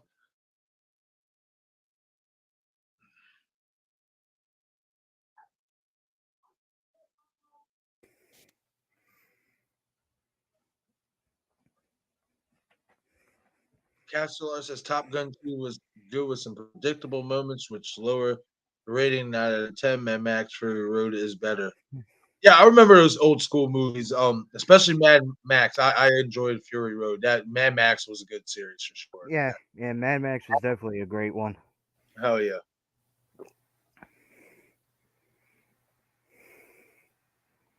Castellar says, "What we doing in Shadows new season is coming." I have not watched that yet. That's something I'm gonna have to check out. Yeah, that's another one I gotta check out as well. Castellar said the kids in Child's Play 2019 were douchebags. Yeah, they were. Yeah, That's another element I didn't like about that too. At least Chucky was not a doll possessed by a demon. Castellar says, I can, I yeah, can, I can be okay with that. Yeah, like, yeah, I can agree with that for sure. Like, I would have really been even more mad if that was the yeah. case. It's funny how we sit here rag on, then other things pop up. It's like, it wasn't as bad as it could have It been. wasn't as bad as it might have seemed. Like, Like maybe I gotta go back and rewatch a it hell of a again. lot worse.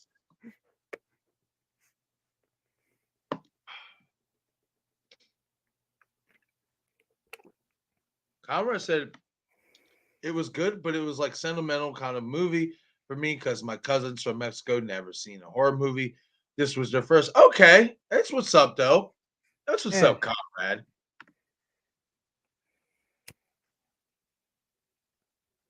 Nothing wrong with that.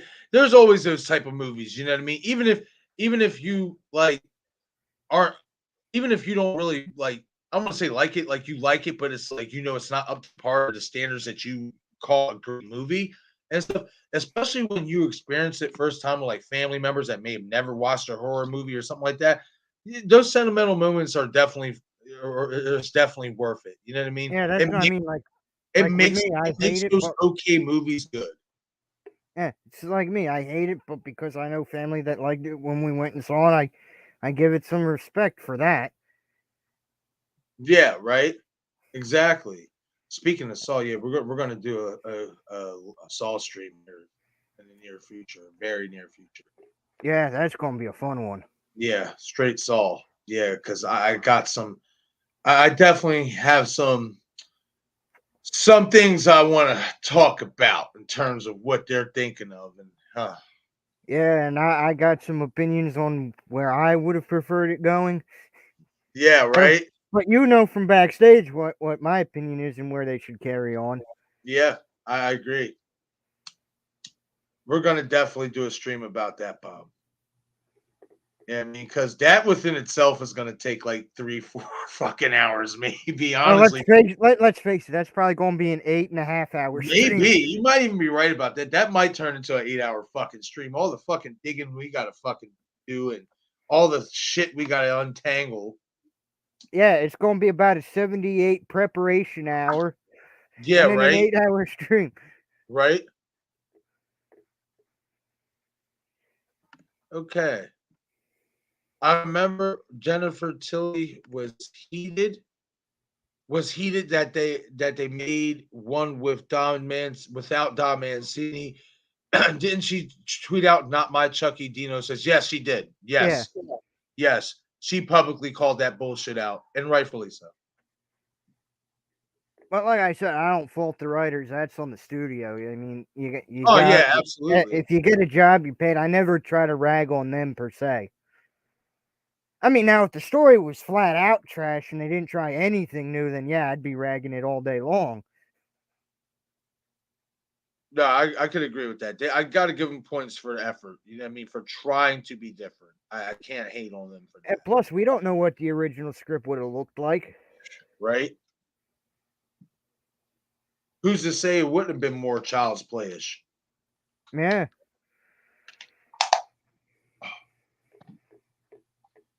Um, Dino says, I tolerated Val as just to me, if there's no Brad Dorff, it's not Chucky. Genesis Genesis move genius move to use Mark Hamill because he's so beloved, but that wasn't enough. No, I agree, Dino. Like it's just like it's the same issue that Nightmare on Elm Street fans have with the Freddy character. It's like they don't want to see nobody else but Robert Englund play that character. You know what I mean? And I have the same sentiments when it comes to Chucky. I don't want to see nobody else. I don't want to hear nobody else do the voice of Chucky other than Brad Dorff. Liked Mark Hamill, thought he did a really good job with the voiceover. It's not Brad Dorff. It's not. No, it's not. But again, I'll give Mark Hamill more credit than even most people because he Oh didn't try yeah, to he copy did a really Dorff. good job.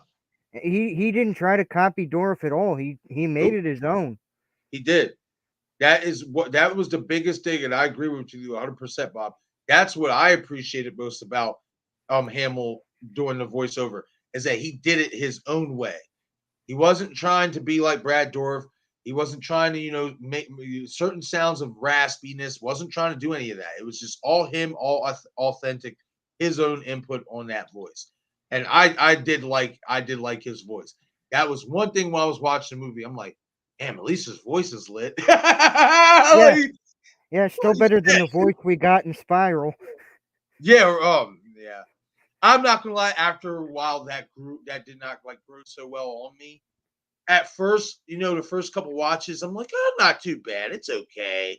Yeah, Then after about, I want to say maybe 3 or 4 more times watching, it's just like, yeah, this shit's kind of annoying. Like, you know what I yeah, mean? Like, you know what I mean? Now, I will say this, and this is just, I'm gonna touch on this real quick, and this is just off topic, quick theory. I have a feeling that maybe the reason why it sounded like that was because maybe, just maybe, that's a female doing the voice. Obviously, it's you know what I mean. It's distorted. You can't tell because it's obviously they have it how they have it set up. yeah. Just the way certain subtleties that when they were explaining the rules and this and that. I just got this vibe that it was a female doing the voice over and stuff like that. I It don't could know. I have could be been, wrong. You know what I mean? I could absolutely be wrong. You know what I mean? But I but then just get again, even if it's not, it makes sense that it's different because let's face it, nobody's going to have the same voice as John Kramer. well, maybe, I still think they should have gone maybe, Crispin Glover as the voiceover, but maybe, maybe there's one person out there, maybe, just maybe. yeah, and maybe he's sitting in a nice, comfy green screen. Game over. I can do it way better than that, though. I can. Although, well, yeah, but in all seriousness, no, I think Crispin Glover would have been a good fit maybe to do that voiceover. I think he would have fit it I perfect. I, I love Crispin Glover. I would love to see him do. I would love to see him do anything in a horror movie, like especially if he's the bad guy. Like he's just so fucking good, man. He Yeah, just has that creepy look to him, and he nails it down. And he just even his like the subtleties, like he's just so fucking good, man. I would be on board for that. I yeah. really would. I would. I love Crispin Glover. Really underrated, man. Really fucking underrated. Oh, Kessler brought up one of my underrated favorites, demonic. I'm assuming you mean demonic toys, Castellar. If you do, I agree with you. I would like to see. Yeah, there you go. Yep, the demonic toys franchise needs more films. Yes, I liked the original demonic toys. I would love to see a more modern, up to date version. You know what I mean? I don't know if they did any recently or within the last 10 years or whatever. It's been a while. You know what I mean? I Yeah, only I don't watched think. Yeah, I don't think they did. I only watched the original, but that is like one of my guilty pleasures. I'm not gonna lie. I like demonic toys. It was one of my favorites growing up as a kid.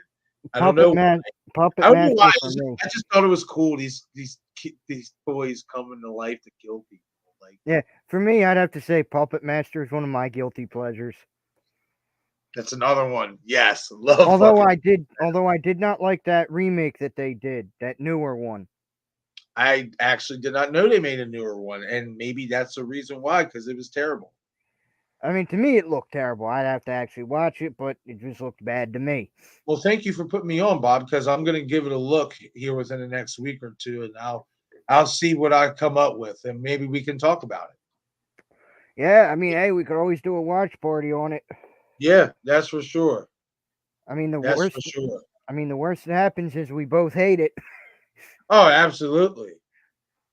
Oh, that would be a fun stream because then we can just fucking sit here and just body and trash this shit. Like, you Yeah, know what I mean? Like, what the fuck were you guys thinking? yeah. Like, oh man. All right.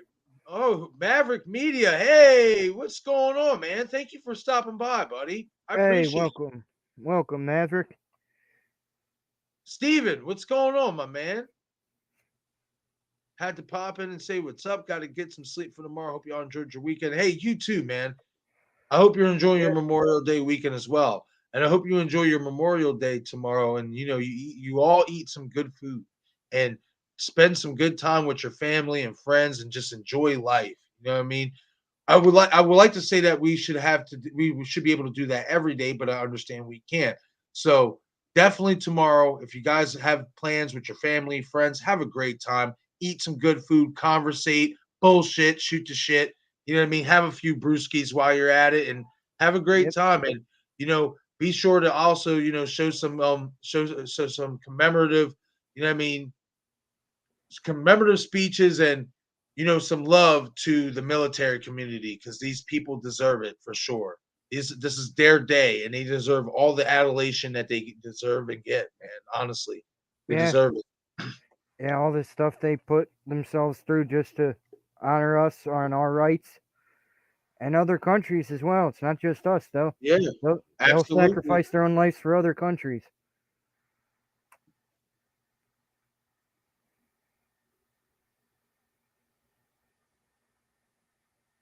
Val says, "How's the knee doing, Mav? What's going on with your knee, Mav? What's going on, buddy? Hope everything's all right." Yeah, hope nothing went too horrible. I would be furious if they hire Brad Pitt to be Freddy Krueger. Matthew Lillard. Yeah, I would love Matthew Lillard. I'm gonna. Let me ask you this, Bob. You've watched Grease, right? Yeah, Okay. You remember Crater Face? yeah, I always had this thing that he was like a Crater Face version and knockoff of Brad Pitt. He yeah, reminds me so much of Brad Pitt just with the craters in his face. Now, granted, that actor he passed away. God rest his soul. You know what I mean?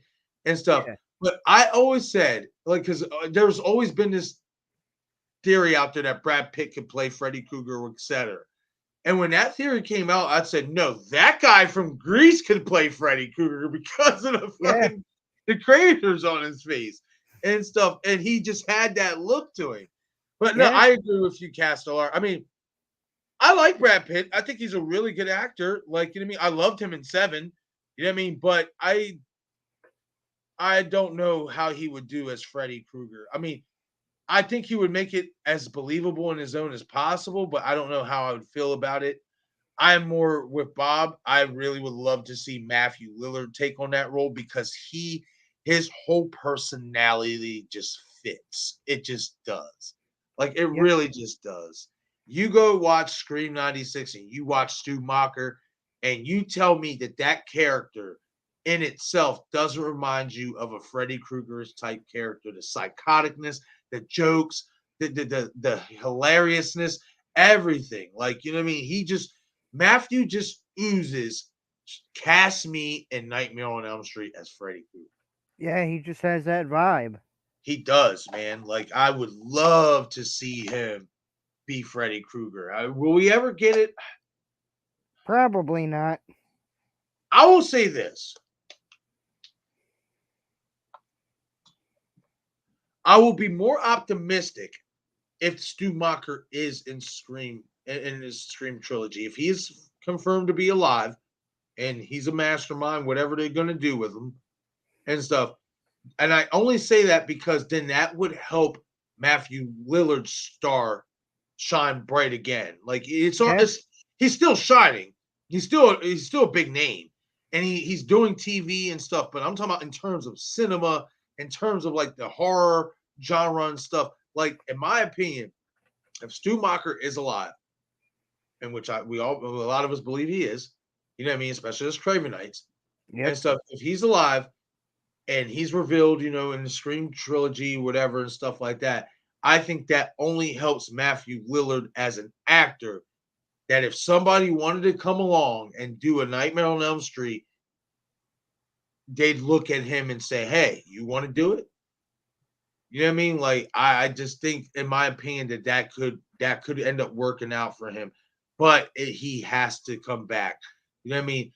I don't think anybody off the top, unless it was like us directing a Nightmare on Elm Street, if we had the, you know, the budget and the Yeah. fucking backing, you know what I mean? That would do such a thing. You know what I mean? But I mean, one could dream. Maybe somewhere out there, somewhere out there, one of these, big, directors are watching this right now, or somebody who's like on their way to being a big director ends up watching this stream and likes our idea and was like, hey, fuck it. If I get the budget, and I want to do a Nightmare on Elm Street, you know what I mean? I'm going to cast Matthew Lillard.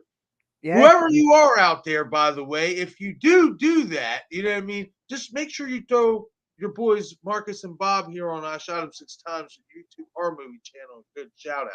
Show some Yeah. love. Yeah. Or You know what I slip mean? some Like, money under the table. yeah, you share some of that money. Put our names in the credits. Yeah. Put our names in the credits so we can get a paycheck. Yeah. Just use my illegal name of Rusty Shackelford, so I don't have to pay taxes on it. Love it. Love it. Maverick says, I am taking a quick break from recording a video to show some love for Marcus and Bob. I'll keep this on while I'm editing, but if I miss a message, I'm not ignoring you. Hey, Maverick. Hey, I appreciate it, man. And I'm gonna be on the lookout for that video too. See what you're cooking up over there. Yeah. Same here. I appreciate you.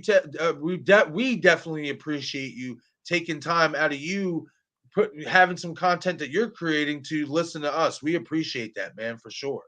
Yeah.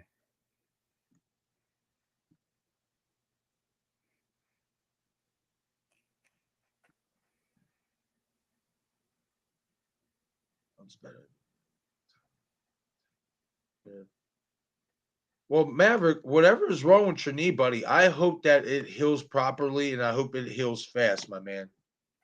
Same. I mean, That's gotta suck. I mean, listen, I'm not even trying to be funny, but like The older I get, I feel it in my knees. Like having fucking any type of injury with your knees, even if it's just soreness, it's just not. It's not good. Yeah. It's not.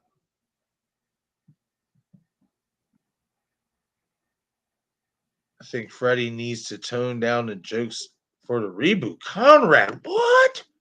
What? What? Oh, what? What? What? What? What? What? What? What? What? What? What? What? What? What? You made me do it, Conrad. I have to disagree, Conrad. I think that the jokes are what make the Freddy Krueger character even more creative and even more appealing. You know what I mean? Yeah. I think if you instantly make him more, I mean, we already got a more darker version of Freddy, which I did love in New Nightmare. I don't want that to be a reoccurring thing because one thing in New Nightmare that I did miss a lot was a lot of the funny jokes. When he did crack the joke to Heather Langenkamp when she's in the dream world or wherever trying to save her son, and he's like, pick a pet for the rugrat, bitch. I loved that. Like, you know what I mean? Yeah. I wanted more of that. You know what I mean? And we didn't get that because they were going with a more darker tone, etc. and stuff like that. Which don't get me wrong, love the New Nightmare. I feel like that, in my opinion, that might be my second for me. This my second favorite of the entire franchise, behind Yeah. them. I'd say second or third for me. I loved the New Nightmare. I loved the aspect of bringing Freddy Krueger into reality. You know what I mean? I thought that was so cool how they did. I loved his look because he looked more stout. He looked more mean, like vicious. Like he Yeah. looked like fucking Freddy looks like he was hitting the weights down there in hell. You know what I Yeah. mean? Like eating some rats and fucking lifting weights. Like, man, like boy looked like he done gained a good 30, 40 pounds in New Nightmare. Like he was fucking stout like a motherfucker. Yeah. Yeah. You know He what I mean? really Like was. I love that scene too where I think it was Robert. It was Robert. What was it, Robert or Wes? But I think it was Robert who was painting the darker Freddy or whatever in that scene when he was on the phone with Heather. Yeah. I And think it was Robert. I think it was Robert. Yeah, if I can remember correctly as well. Yeah. I love that scene because I love that painting. That shot was fucking, oh man, that was a crazy shot. That Yeah. was It a was. real nice shot right there. But Conrad, I just think the jokes are part of who Freddy is, and if you take that away from him, it's like taking the jokes away from Chucky. Yeah. Still Imagine what the cool. TV series would have been if they took all that away. Exactly. Like it would not feel right. So maybe if you can mix in some darker dialogue with the funny, okay, but you gotta have the funny part of Freddy. You just have to. Otherwise, especially to us old school diehard lovers, the newer generation, they're not gonna really understand. You know what I mean? But us old school, you know what I mean? We're gonna be like, what the fuck are you doing? Because and not only did they do that New Nightmare, they kind of did that in the reboot. They did make him darker. You know what I mean? They did make him less funny. He had his moments where he said what you would think, I guess, would be a funny line, but I didn't really laugh at him and stuff like that. Like, I mean, it's going to be hard to capture what Robert Englund brought to that character. But if anybody I would trust, it's Matthew Lillard. Yeah. It's No Matthew. question.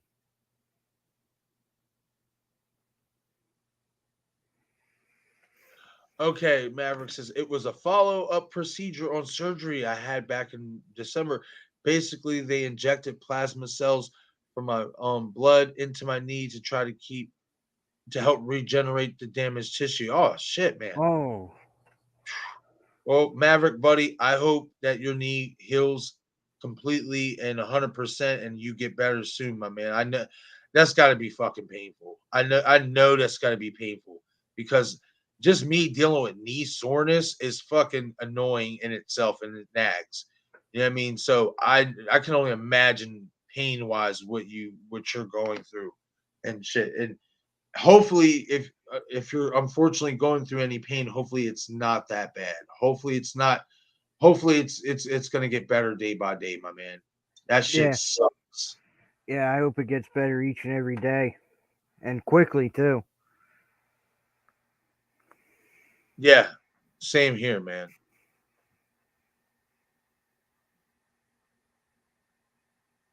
No doubt, Maverick. No doubt, buddy. Yeah, Conrad says in the first film they handled the humor a lot better. I I I think that I thought that the humor in the first film was just as good. If I thought it was the best out of any film. Like you know what I mean? Well, I mean, don't get me wrong. Freddy's dead. I enjoyed, when he's on the bus and he's like, "No moving while the bus is in motion." You know what I mean, and stuff yeah. like. But But I like in I like part 3 with the TV and welcome to yes, prime time, bitch. yes. Now part three, I can say is up there with one in terms of the comedy and stuff like. I can go with that. But for me, I don't feel like the comedy was that controlled in one. I just felt like they let him. It just came out like that because he was just flowing. You know what I mean? That and Like, I, that and I think it was his first time in that role, and he was trying to mhm, find that like good split, and it took a couple films to get there. mhm. I agree. I agree with that, And man. plus, Wes also was known for allowing his actors kind of ad libs. So it's not out of the realm of possibility. Robert Englund incorporated the comedy in there. It Oh, might not be absolutely. so much that Wes was controlling it; it just came natural to Robert. And then later on, it became more of a comedic show, but it Yeah. still fit the character because it was, well, Robert Englund. Yeah. It definitely did fit the character. Listen, even if you didn't like the sequels all that much to the original, you were always enjoyed by Robert England. You know what I mean? You were always enjoyed by his performance. Like, I'm sorry. I could be I could not like Freddy. I could not like Nightmare on Elm Street 2, 3, 4, 5, and still watch them because Robert England is the shit. Exactly. You know what I mean? Like, but it's gonna be hard. It's gonna be interesting to see. You know what I mean? What they do, but in my opinion, you got to have the humor, and I don't want the humor controlled. I want the humor to be at his own pace, basically, like at Yeah, his like own if at you, his own at his own yeah, record. yeah, because if you have Lillard doing it, especially with some of the ad libbing he did in Scream, it would make the character more fluid to him. Absolutely, absolutely. Got 7 people in the chat here, guys. Thank you guys for joining us tonight. Love your guys' company. Love you guys chatting it up here with us, having these conversations and stuff during this live stream and stuff. Greatly appreciate you guys' support. And do me a favor, guys. You know what I mean? Shoot this stream a like if you haven't already. I haven't been able to check, but if you haven't already, shoot this stream a like, you guys. Like, greatly appreciate it. I didn't even put the damn banner up. I keep doing it. You know what I mean? I have to get better at this. But welcome to Slasher Sunday. Returning Yep. viewers, please shoot this stream a like. Helps the channel out a ton. New viewers, shoot the like and subscribe and join this great community. Love to have you guys here in the chat box. You know what I mean? Chatting it up and stuff. Let me put this shit as a ticker.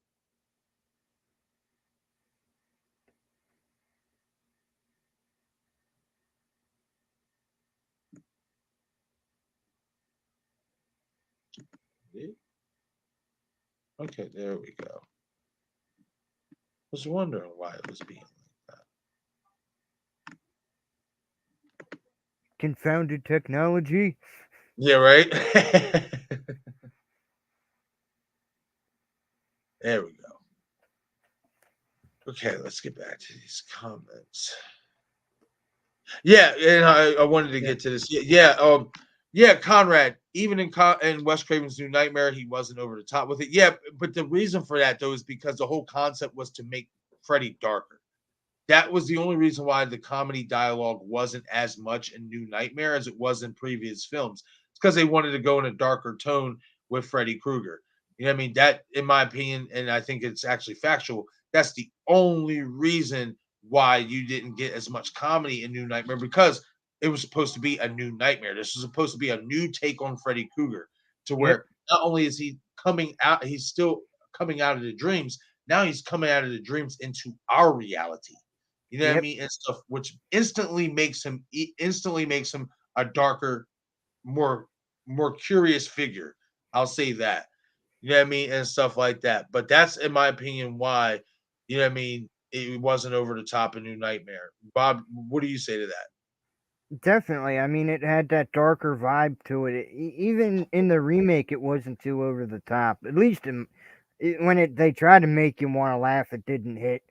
I never found anything comical with the remake, but it's darker set. You could feel the tones were different than the other previous films. It's true. Not lying about that, man. It was real dark. And I actually, for a Freddy movie, I enjoyed it. I just don't, if we're gonna do a reboot, I don't want that. I mean, I want the original Freddy. I want the original feel. And if we're not gonna get Robert Englund, which is most likely or not, Matthew Lillard is the second best option in my opinion. Yeah. Chocolate Ice 22. Thank you for stopping in. Appreciate it.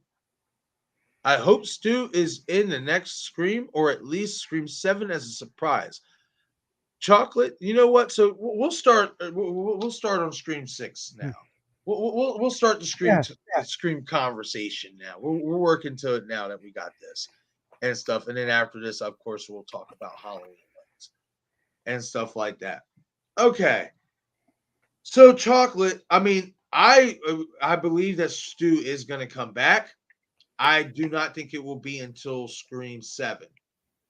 I think it would make more sense if you bring him back in Scream 7, in my opinion. You know what I mean? Because I feel like, especially if Nev is not going to be in this movie, which is looking like she's not, or she's going to have a very, very minimal role. You want, if you're going to bring Stu back, you want him to have a very long. You want him to have some type of long scene with Cindy. You know what I mean? And you're going to want also Cindy to have more of a character in this movie, like more of a role than she did in Scream 2022, and obviously what it seems like she's going to have in 6. So, in my opinion, I do think we're getting Stu back. I do think he's alive. I just don't think we're going to get him to Scream 7 as a surprise, as you mentioned. And I will say this: I think we're going to get. I don't think we're going to get a lot, but I think we're going to get a smidgen more nuggets, referring or giving us clues that could possibly lead to Stu being alive in Scream 6, much like they did in Scream 5. They could ramp it up. They could ramp up the speculation. That's not impossible. I just think that it would be smart for them not to keep us guessing. You know what I mean? Is he alive? Is he not alive? You know what I mean? But I do think that at some point, Stumacher will make his grand return, and we will all be happy as long as it's done correctly, of course, and it makes sense. We'll all be happy, and we will bask in his glory. You know what I mean? Bob, what say you, my friend? Well, I don't know if I could say I'd bask in his glory. I mean, he's not Keith Lee, but I'm glad you caught that plug. but it's definitely going to be something that's going to raise a lot of people, especially the newer generation, to possibly go back and see the original to see what all the hype was. I think that's something that Scream 5 really missed the opportunity of, is trying to plug in enough to make you want to go back and see the old ones if you're new to the franchise. Mm-hmm. But they dropped subtle hints in there about Stu, especially when Dewey was talking during that whole like recool scene where they're talking about the rules. And he didn't say Stu was Billy's accomplice. He said he is. Then you had the computer. Is the real life Stumacher still alive? And they were dropping small things in there. I think we're gonna have a scene where we find out Leslie might be being blackmailed into giving money and keeping that secret because she's in a position of government, and she had to take on that role to hide that document. That's interesting. Or even the answer could be in Christina's diaries, for all we know. I do think she knows. I think she knows something. I think she would know something, and I do not think it's impossible to think that that information could have been in those diaries as well. You know what I mean? I man, it's interesting because why it's so cool to speculate on this movie this early right now is because and the way we are, and especially with the characters, because we don't have an official cast list. Yeah, You know what I mean? And there is, I was saying it to Bob backstage before we went live. There's a reason for this. There's a reason they're being so nip tuck with this roster, with this lineup, with this cast of characters. Now, am I saying that even when the cast comes out, they're going to say, "Oh, Matthew Lillard is on the cast"? No, I'm not saying that. I mean, however, what I am saying is that I think there's going to be some actors that are going to be playing roles of significance that they don't want us to know about right away. I also think that in so many ways, I think they're trying a last ditch effort to get Nev and Courtney, or at least Courtney, to sign on. You know what I yeah. mean? I'm leaning a lot towards that because you know what I mean. I feel like if you had them signed on, or at least one of them, and you already knew you weren't going to have Nev come back, but you knew you were going to have Courtney come back. If you know for certain the contract is signed, etc., you're dropping the cast list, in my opinion. You know what I mean? The only way can see is the reason why is two, they're being secretive of it's who they're going to put on the roster, and well, that's one, and two, you know what I mean? Like you have to be there has to be a main reason why you're keeping this cast list hidden from us like this, and I think it's because they are trying a last ditch effort to try to get both Ev and Courtney signed, if not both, one of them. You know what I mean? They're biding time, in my opinion. I don't think they want to drop the cast list until they know for certain whether they're going to have one or both of them signed on the dotted line. What do you think, Very, Bob?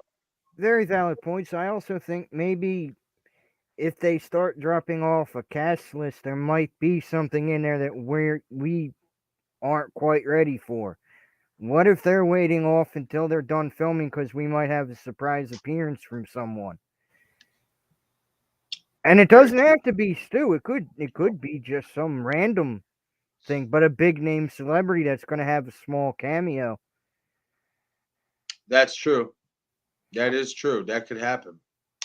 And plus, we don't know what they're going to start filming first either. What if they're waiting until after the big certain scenes are filmed that they don't want us to know about, then release a normal cast list? Because rumors are going to start flying by if they see other people other than the announced people. Oh, absolutely. You know the rumors will get to flying, man. And personally, So what I think it needs is that secrecy because too much can get leaked. absolutely. Yeah, and that's what we don't want. We don't want a lot of information leak. And I think that's what they're going to do a good job at. What they did last time is they had multiple scripts out there.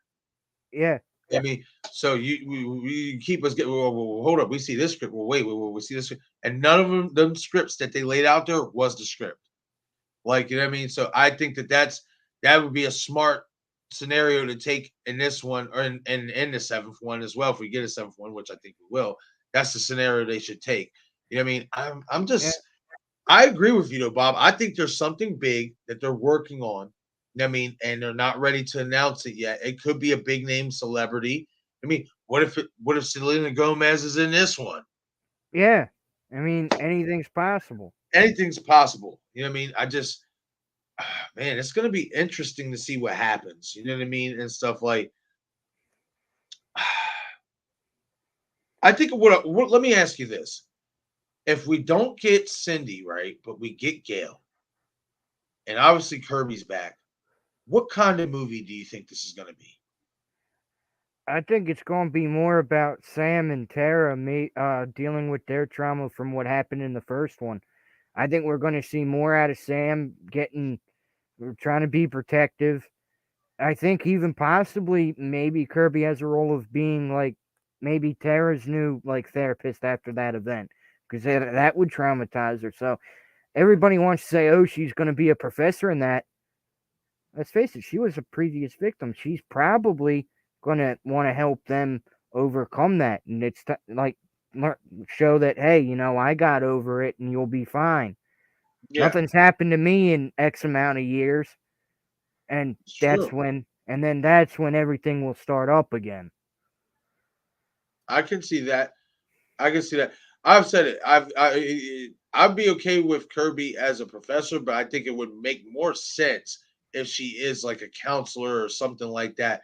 Because, like you said, because of going through that, because of the trauma, you know what I mean? The advice she'd be able to lend would be so crucial. You know what I mean? In that type of setting and that type of backdrop, I would think it would make more sense if she is like like a therapist or something like that. Now, so in terms of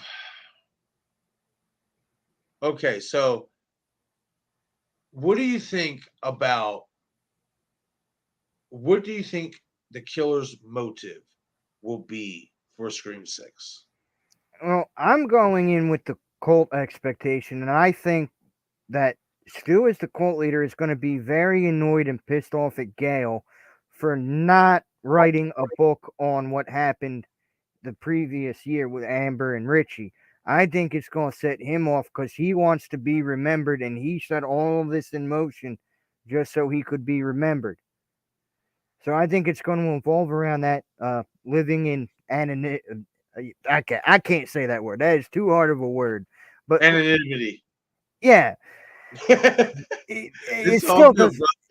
I It's one got of you them. back, Bob. It's one of them words I'm bad at pronouncing. But yeah, it's just I see it being revolving around that because that they made it very clear in that last scene. That's what she was doing. Maybe I'll write a book about a brave sheriff.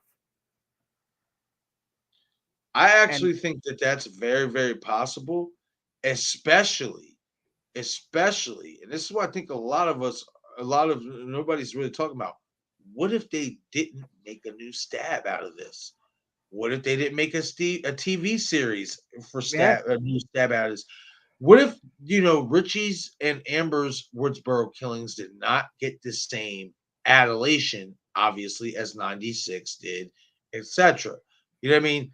That could easily work with Stu, you know what I mean? Obviously with the cult thing, because now Stu's even more madder. Not only is Gail not writing the book, I didn't get no movie out of this. I didn't even get a TV show. Oh, okay. yeah, You know what I mean? So now we're gonna ramp this shit up. You know what I mean? Like I like that. I like that a lot. I think it could work, and I think it's something that could be possible to see. You know what I mean? If there, I'm scared for this movie. You know what I mean? I am. I'm really scared because I don't know exactly what direction we're heading. I really, really, really hope we get a lot of Christina Carpenter, and I hope we get. I hope we're going. I hope we talked about this a little bit before, but I really hope we're going between the campus and Woodsboro.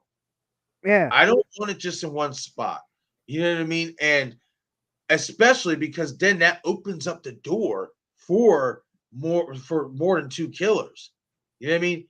yeah, One it could be one killer in one spot, two in the other, or however the fuck they want to do it, or it could be even four killers, two killers in one area, just two killers in the other. Like they have some opportunity. You know what I mean? They have some opportunity. I'm just afraid that whole we're willing to risk it all and subvert fans' expectations. Yeah, that sounds good until the fucking studio is breathing down your neck. yeah. And that's You know what I another mean? thing. And that's another thing. Everybody's like, "Oh, radio silence might screw this up." Why is nobody talking about Spyglass could interfere like the Weinsteins did? Everybody's going to blame the writers. Uh, but yet you'll defend Wes Craven and Kevin Williamson for writing it and having that torn. Why can't you do the same for Radio Silence if we find out they're being meddled with? Oh, I absolutely. I think especially if they, especially if it's like known, I think definitely that a lot of people would be on Radio Silence's side. You know what I mean? Because I mean, why wouldn't you be if these guys are trying to make a movie, and this goes for any director or whatever and stuff. If they're trying to make a movie and they have their idea how they want the movie to be, but the studio's like, nah, we want you to add this and we want you to add that, and that actually makes the movie worse. You cannot automatically point the fingers at the directors or the creators because at that point it's out of their hands. They have to abide by the rules, or obviously, get for the yeah, studio or wants. or get fired. Yep, just like Roman said it in 3. All I wanted to do was make a real classic love story, and the studio said I could. All I had to do is make a scary movie for them, and now we are shut down, and I am fucked. Yep. You know what I mean? So, like, but he said it right there. You know what I mean? Like, the studio wanted him to do Stab. You know what I mean? Even though really he did it himself, but the studio wanted him to do a scary movie. You know what I Yep. mean? In order to do a movie that he wanted to do. Wes did a really great job of peeling the curtain back on behind the Weinsteins and studios in general in Scream Yep. 3. If you watch that movie, he is showing you the ins and outs of how Hollywood fucking works. Yep. I mean, And, it's just and like the Weinsteins were too stupid to realize it and said, "Yeah, go ahead, release it." it's just like Milton said. You want to get ahead in Hollywood, you got to play the game or go home. Yep. You know what I mean? Like, man. So okay, so let's get into we both talked enough about Sam and Tara. We're gonna take some shine off of them. How do you what do you think will happen to Mindy and Chad in this movie, and how do you think their roles will be? How much maturation do you think will play into these characters? Like, what direction do you think these characters will be by the time we see the movie? I think we're going to see more out of the same of what we got with Chad just being a complete idiot while trying to protect people. I mean, look at him trying to have everybody have that one app, the Track Me app. In hindsight, yeah, that's a good idea, but it's making him this generation's Dewey. And originally he was supposed to die, but he got the same treatment as Dewey. So Let's do everybody it. thinks, oh, he's going to die in this. I don't think so. I think they're pulling the wool over everybody's eyes. I think this one might be where Mindy takes that coldness that she's had, and maybe it turns her Have a nice night, Maverick.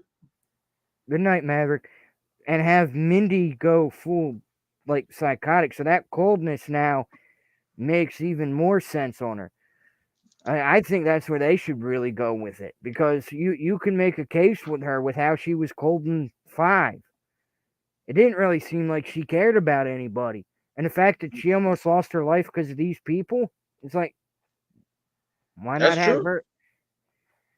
Another thing that we're on Mindy that kind of caught my eye after a while watching it, and I see why some people might think that she could be a killer in Scream 6 or was involved in 5 or whatever. Is that basement scene with Amber?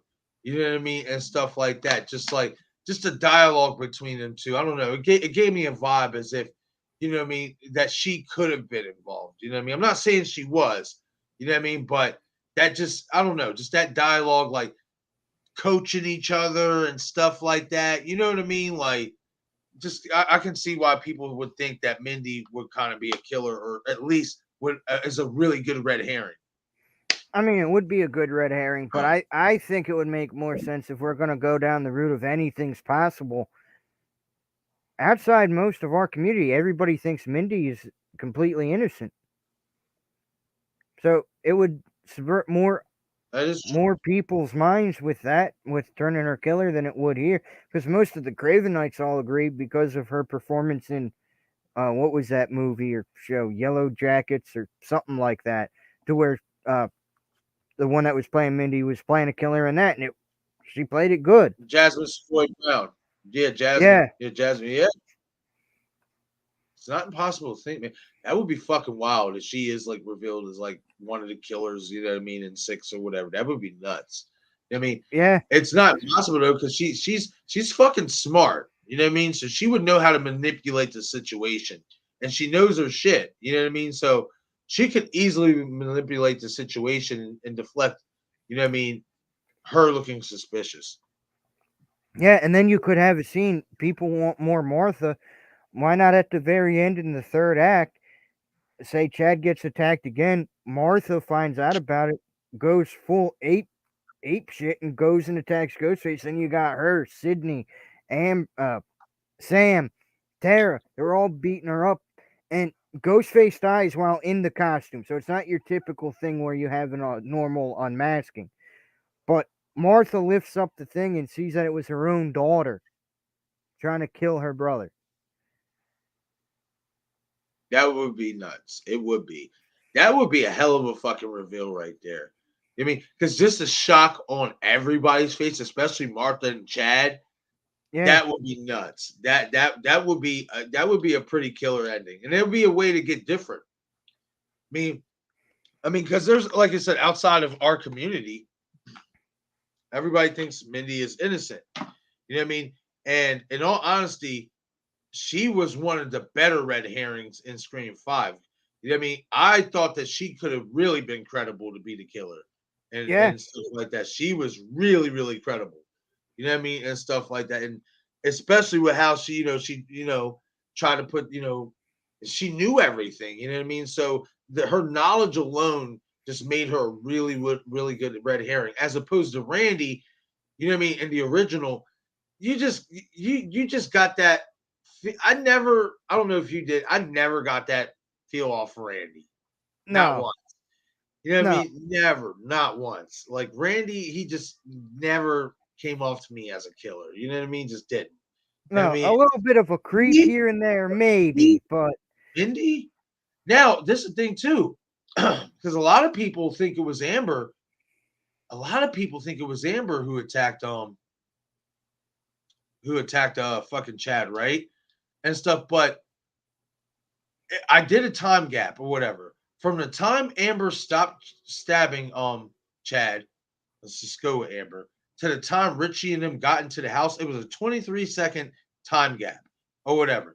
Now, my whole yep, issue with that is how the fuck did she get up the stairs that fast to change out of the costume without nobody noticing her in a house full of people? Granted, I know that's her house and she might know little nuances, but I would like to think, especially with the stairs being right there in front of the door, people would have saw you. You know what I mean? So yeah, and we don't know for a fact if Mindy could have left the couch for a few minutes. yeah. It's very well possible. We know You it know what I mean? wasn't Richie. The only ones we know it was Richie, Tara, and Sam because they Yeah. were driving to the place. Yep. They So were that just leaves pulling up. so that leaves Amber, Another who's thing not, is too which I just is don't see getting up there in another time. thing is too. Another thing is too is like I said, 23 seconds. Well, Amber was when she was walking down the stairs. She doesn't look like she's out of breath from running at all. No, So it's not impossible, man. I'm gonna have what I'm gonna do is I'm gonna watch after. I'm not gonna lie, after the stream or whatever and stuff. I'm gonna stay up tonight or whatever and shit because obviously we got off. It's Memorial Day and stuff, so I'll have time to sleep later.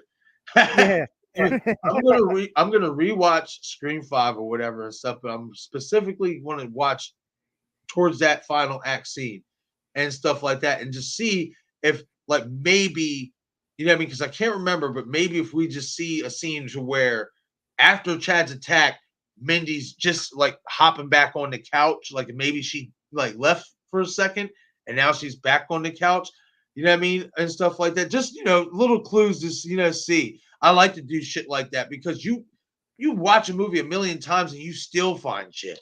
yeah. You really do. Like shit is crazy. Let's check out some of these comments here. That's right, Conrad. Thank you for that, buddy. Like, subscribe, hit that damn bell tone. Yes, exactly. Show Yep. the love and support for the channel, you guys. New viewers, hit that like and subscribe. We greatly appreciate it. If you like horror movie content, you know what I mean? Check us out. Check all my other videos out and check us out every Sunday. This is every Sunday gig, Slasher Sunday. Me and Bob go live discussing the slasher side of horror and stuff like that, some of our favorite movies and all that stuff. So if you're a new viewer, as I said, please do your boy a solid. Shoot that like button and subscribe to the channel. You won't be disappointed. And you'll get some free KY jelly. Yes, loosen up them tentacles real nice. Yeah.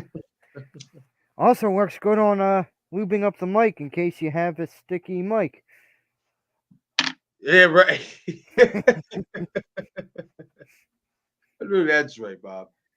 All right, so okay, let's see.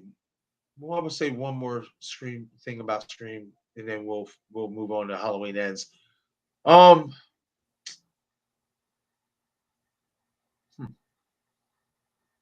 okay, so we're both in agreement that we want and think it could be more than two killers. How many killers will be in Scream 6? I'm thinking it's going to be 4. One in the opening, and that opening one gets killed. We'll have that one in Woodsboro because, let's face it, we're not going to constantly be over there. So think about it. The whole town's not going to know about that constantly. The main focus is going to be more with Sam and Tara. So Uh-huh. you can easily have one killer running rampant in Woodsboro and getting away with it. And I think the two in the campus are going to get away or aren't going to get away. They're going to get captured. But that one from Woodsboro is the one who gets away and kills Christina Carpenter at the very end. Oh, just speaking my language, Bob, because you know it. You know it. You know it. You know it. I want that ending where Christina's the one getting the call and it's over for her. Finito, finished. You know what I mean? I want that fucking ending so bad because I think that would be such a great ending. And add, you gotta call Cindy after you do it. Yeah. And you don't gotta show Cindy's face. You don't have to do none of that. You just hear Cindy pick up, and then boom, the credits roll. Yep. Like, And man, they play a new version of Red Right Hand like oh they my did with god, that Scream would be 3. so fucking lit. I really wish they would get Marcos Beltrami to come back to do the Yeah. score. Yeah, and they got to definitely, if they want to go that route, get Nick Cave to rewrite another version. He did that for Scream 3. That's one thing I did not enjoy about Scream 5 so much was the score. It just sounded too modern horrorish for me. I mean, Marcos Peltrami's score, it just had a suspensefulness to it that, oh man, I can't even explain it, but just that, his score was fucking awesome in Scream 96 and Yeah. stuff. Oh man, like I was really hoping that the score was going to be that good in 5. I was very, very disappointed.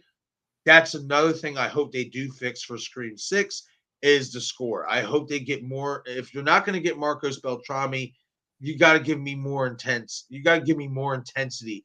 But I think the key thing too is maybe why we didn't get a lot of that score stuff is the chase scenes weren't there. You know what I Yeah. mean? Like if you give us the chase scenes back, and I want a good, I not only want this movie to be a fucking bloodbath, I want a good amount of chase scenes. And I'm not talking about just a few steps and then stab. I'm talking about extended periods of chasing. You know what I mean? Running around. You know what I mean? The killer's losing some energy, breathing heavy. You know what I mean? Like, fuck. You know what I mean? I Yeah. want to see a track meet out there. You know what Maybe I mean? gets knocked down a couple times. Yes. Like, you know what I mean? Like, I would really like that. Like I said, I think radio silence. I maybe I'm just being gullible. You know what I mean? Because I want to believe they're going to do a great job, but I think they're going to do a great job. I'm confident. I, See, I, I have have a part of certain me level of thinks, confidence. yeah, part of me thinks it's going to be a good one, but then I'm like, well, we know that Five Boys to Honor Wes. How much of the studio had a lot of input in that? Because it felt like at times Radio Silence was trying to put their twist into it, but it seemed like it right after that was like pulled back. Yep. So I'd like to know how much Spyglass interfered if they did at all. I think if there was some interference, I think what they did, and I'm hoping what they did was said, okay, guys, listen. what we want you to do is obviously make more of a West-like Scream. You know what I mean, as an homage or whatever and stuff to him, etc. And then, if this movie is a success at the box office, which it was, this is still turning a profit. Gloves off. If you guys execute this the way we want you to execute it, the way we wanted you to do it in 5, we'll take the gloves off, and 6 and 7 is completely yours to free reign. I And have I don't know why. I feel like Spyglass Media, even though I shit on a lot of other studios, I don't know why, man. I'm just optimistic. I feel like they won't get so much involved because they know that's what hampered the original Scream franchise. You know, with the Weinsteins fucking sticking their noses in business that didn't pertain to them, as Ghostface said in Scream 5 in the hallway to when yeah, talking to Sam and stuff. Like, yeah, man. Like, so what do you think about it, Bob? he's got that potential, and I see it going up from where 5 went. As long as there's no meddling, I trust Radio Silence enough to do what they need to do to make a great film. And they seem fans enough with what we saw in 5. Yes. Now, So I I will say this real quick, and I think you might agree with me.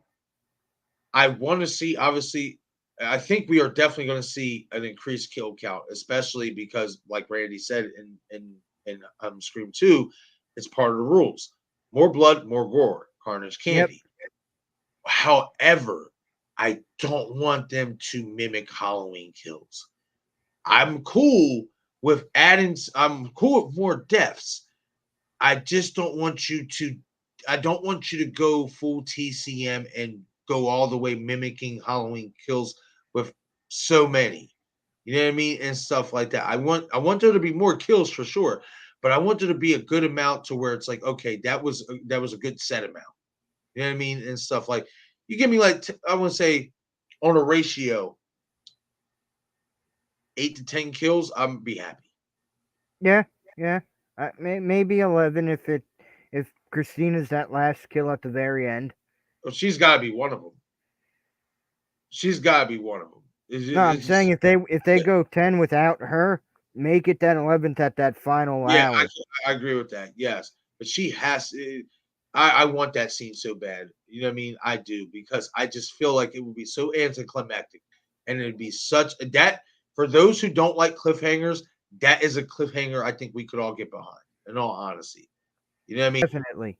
You know what I mean? Her getting killed off, and then the killer calls Cindy, and then you roll to the credits, and then obviously you see the killer flash like they do. You know what I mean? At the end of the credits, and then boom, like, oh Yep. man, that's wow, man, I'm getting chills thinking about it, bro. Like, fuck, that would be crazy. That would be nice. Yeah, that would be one hell of an opening. Closing, I mean. Hell yes, man. Hell yes. Oh man. All right. We're at 2.5 hours on this stream. You guys, I mean, it says two of us now, three. This thing keeps ticking up and down. 1 minute we'll have 7, 1 minute we'll have 3. I don't know exactly how many of you are still here in the chat, but it doesn't even matter. I just want to thank you guys for joining us and listening to us, theorize and talk about this and sharing your thoughts and opinions as well. And, staying up at this late night hour with us. We greatly appreciate you guys' support.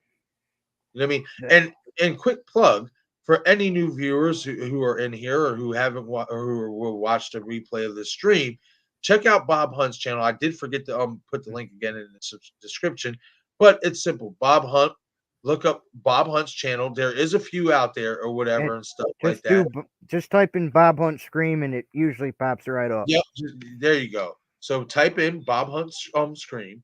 I'll make sure I'll have the link and shoot at me Mondays tomorrow to rectify that. But any new viewers, check out Bob's channel. He's going to be having some videos and stuff, and you can catch Bob here every Sunday. You know what I mean, barring illness or personal matter. Every Or Sunday weather. here on my channel, or weather, or here on my channel and stuff like that. You can catch Bob here every Sunday for Slasher Sunday. But definitely check out Bob's channel. You know what I mean? Bob's going to be having some coming up here, and I'm fully confident that, his videos are going to be something that you guys be interested in watching. And come on here and you hear his theories here on the channel and stuff. you can have an idea. He knows his shit. So you know what I mean. Like he's definitely gonna have some good content and stuff. See him Yeah, laggy a and little bit. definitely, It's okay. and a few watch parties in there as well. Can't leave them out. Absolutely, yes. And the watch parties. I mean, it feels so weird when I'm trying to watch something and like I'm not watching it with anybody. It's like so weird and vague to me now. It is. I'm not gonna lie. Even when I was doing, the Night of the Demons and stuff, like it was fun and cool and stuff like that. But I ain't gonna lie. In the back of my head, I'm like, damn, it really be cool if I had Bob or everybody else on here with me and shit doing it. Yeah. Mm. Night of the Demons 2. I'm gonna do a watch party for that too, and I'll send you the link for that. You can come on for that, and I'm also gonna invite Knight. Yeah, that'll be a See, fun one. see what he's up to. See if his schedule's cleared and stuff. See if he wants to come on and stuff. I am gonna reach out to Craven after the stream though, and hit him up. See what his schedule's looking like for the 17th or whatever, because that's when I'm gonna have my birthday stream. Because my birthday falls on a Monday and stuff Right. like that. I'd rather do it on a weekend so we can all have fun. You know what I mean? If everybody wants to share a drink with me, a few beers and stuff like that, we can do that and all that stuff like that. And yeah, nobody has to. Hopefully, nobody will have to work the next day or whatever, what have you, and stuff like that. But yeah, Well, I'm definitely. down. Well, I'm definitely down for that. Oh, absolutely, buddy. You're going to be on here. Yeah, I'm willing to get drunk just to be on the stream again. It'll only be the 5th live stream I'm drunk in.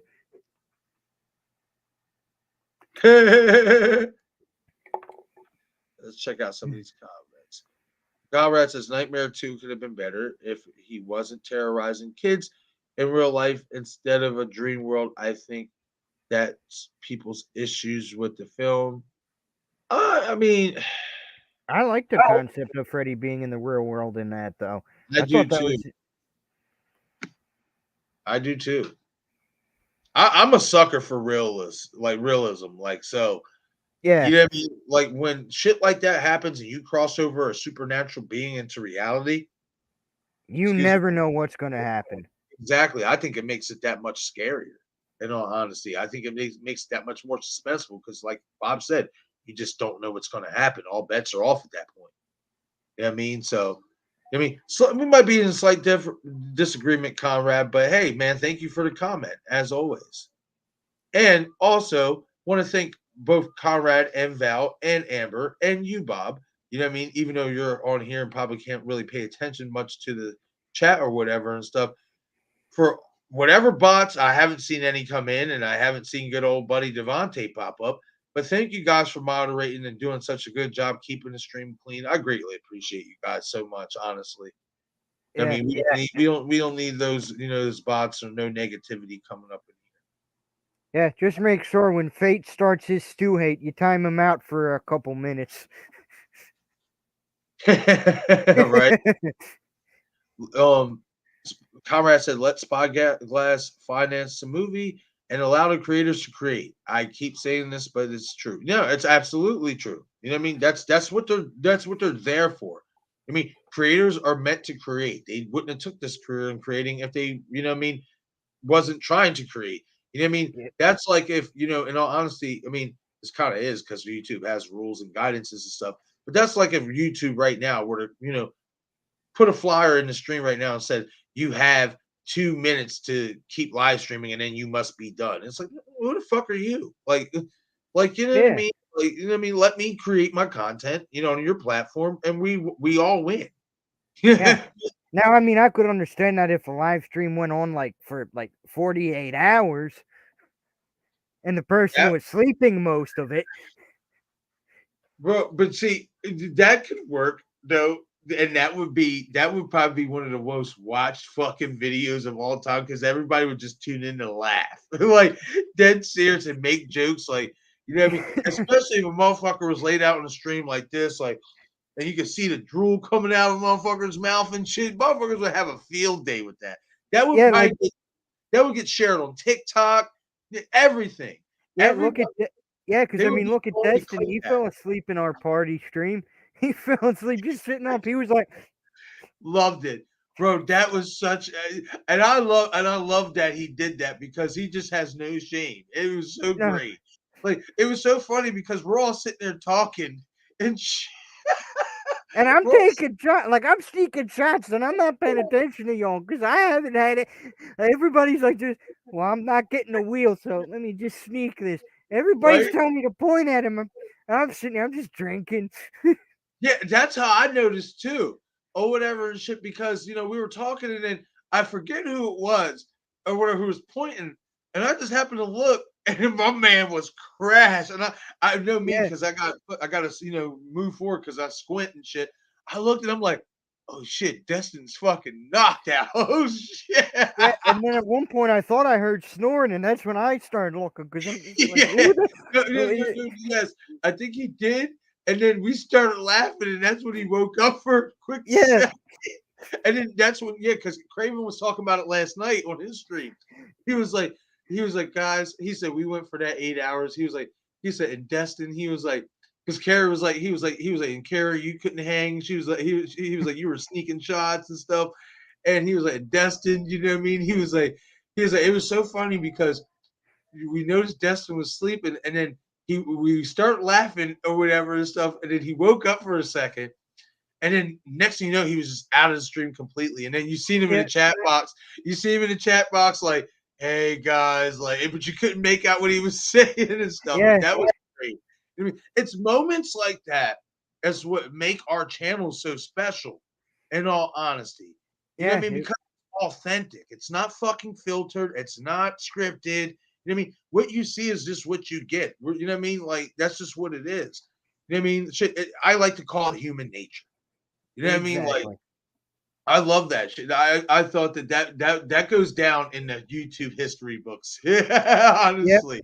Like, I'm sorry, God, if I'm able to make it, you know what I mean? So like I'm 70 years old, and let's say by then we're retired off content we're creating and stuff like that. You know what I mean? I'd like to do this as long as I'm living, honestly. Now, That's let's be honest. When we're 70, we're going to be pulling a Craven. We're still going to go 8 hours every yeah. stream. Yeah, but that's what I'm saying. But like, I even when I'm like 70, I want to be able to go back and watch that stream Yeah, and just see that, like that, just that moment is it's history right yeah. I'm going to show my grandkids. Be like, this moment when this guy fell asleep was the best moment of that stream. there. Oh hell yes, man, hell yes. Although I That find was it, it. Really although I, was. although It I was. find it hilarious because Carrie and all them act like they can handle drinking and that. Yet me and Maverick are just sitting here through 8 hours just getting drunk and we're still functioning. Hell yeah.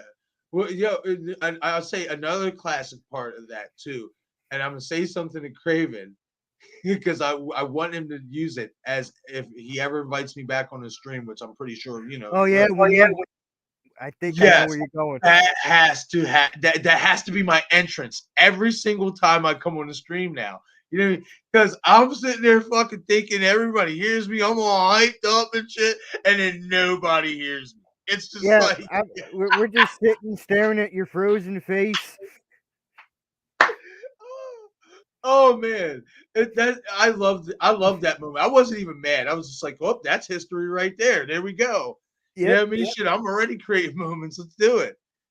Oh man, good shit, man. Good shit. That was definitely an incredible night and stuff. Yeah. And I know Craven said that for next month he's gonna try to do it once a month and stuff like that. So that should definitely be interesting. Yeah. And another thing that made that history stream history was that was the first time I went unmasked. That is true. Yes, yes, yes. That is true. Holy shit. Yeah, that is right. Because Yep. that was the first. That's what everybody was saying in the chat when he introduced you or whatever. And they're like, "Good to Yeah. see you without the mask on now, Bob." Yeah. Oh man. Thank you, Dino. We appreciate you. We appreciate you for hanging out with us during these long hours and these long streams. We know it can get tiring. Trust me. You know what I mean? That's why we make sure we knock it off the rails every once in a while. Hell yeah. Absolutely. I'm just glad we didn't have to hear anybody calling anybody daddy. Right? Oh man, we love you, Amby.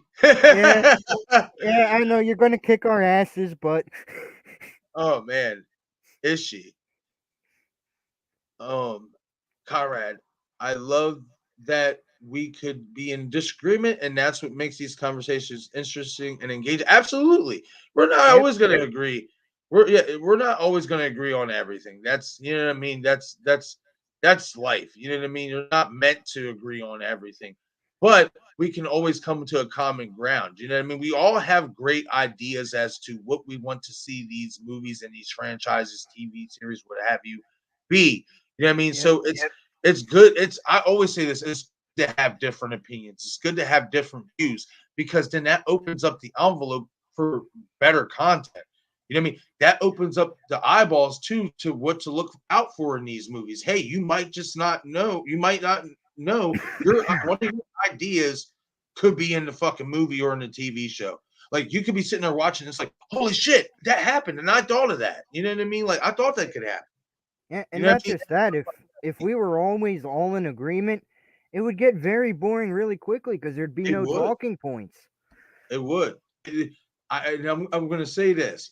One of my most enjoyable live streams I watched was the Lethal Collective, and it was when Craven and Fate had their debate or Yep, whatever about Stu, and it was so perfectly well set up by Jake because they was talking about whatever they were talking about, and then there was just like, all right, yeah, whatever. And Jake's like, all right, guys, so you guys gonna get this over with? And they're like, what are you talking about? Oh, the Stu debate. Everybody's in the chat is asking about it and stuff like that. And they both have such different views and such different opinions because obviously one believes he's alive, one believes he isn't. You know what I mean?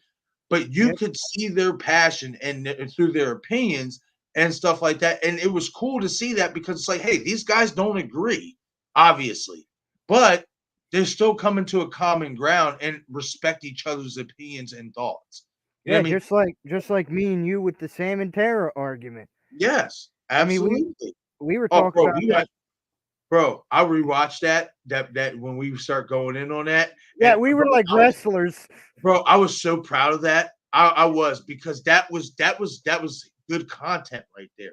People can see our fucking passion coming through that dialogue.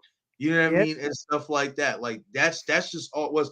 I'm pretty sure people. I was like, holy shit, these guys are getting pretty intense with each other. It Yeah, gets like I felt because like we Randy love what we Savage talk going against Scott Hall personally. about. Hey yo, my Ooh, boy Scott yeah. Hall. I Snap into fucking that miss Scott. Slim Jim. I Yeah. fucking miss Scott Hall, man. I do, man. I He, miss he both was so Scott Hall good. and Savage. Yeah, Savage too, man. Oh man.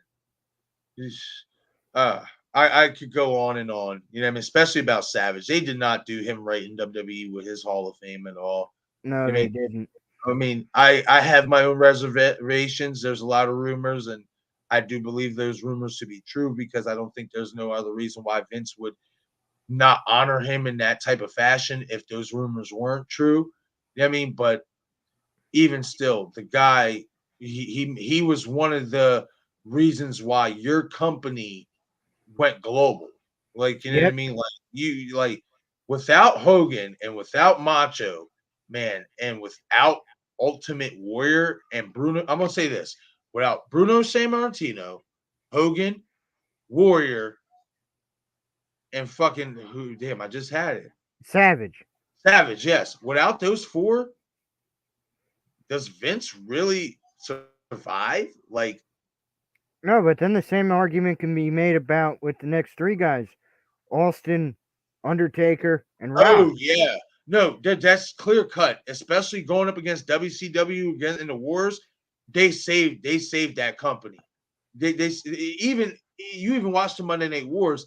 Even all the superstars say they said Stone Cold Steve Austin single handedly saved the WWF. They're Yeah, like, and Taker was so loyal he never jumped ship.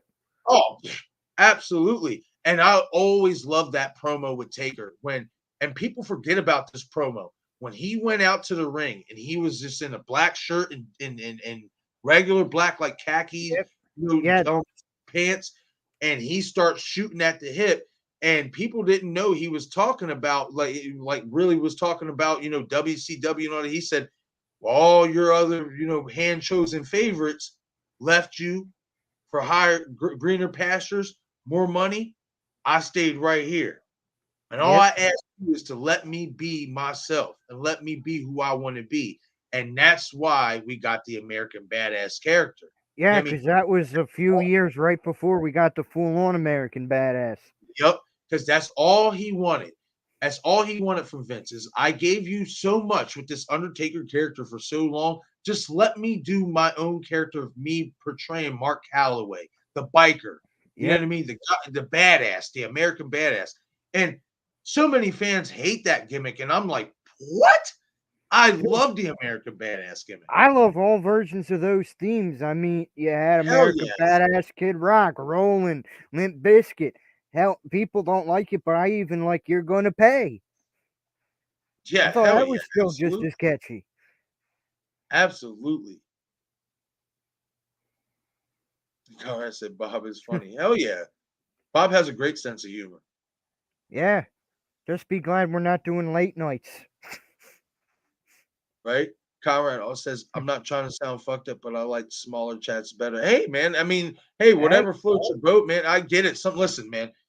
I get it. Sometimes, listening to, 3, 4, 5 hours of content on a live stream, that's a lot, man. I'm not going to sit there and front to you. Shit. I mean, we're the ones doing it too. Like, yeah, I was gonna it's a say, lot. imagine how we feel. I mean, that eight Yeah, hour stream, it was funny I because got my second adrenaline. I was just so pumped up on the alcohol that I was just going on second wind. right?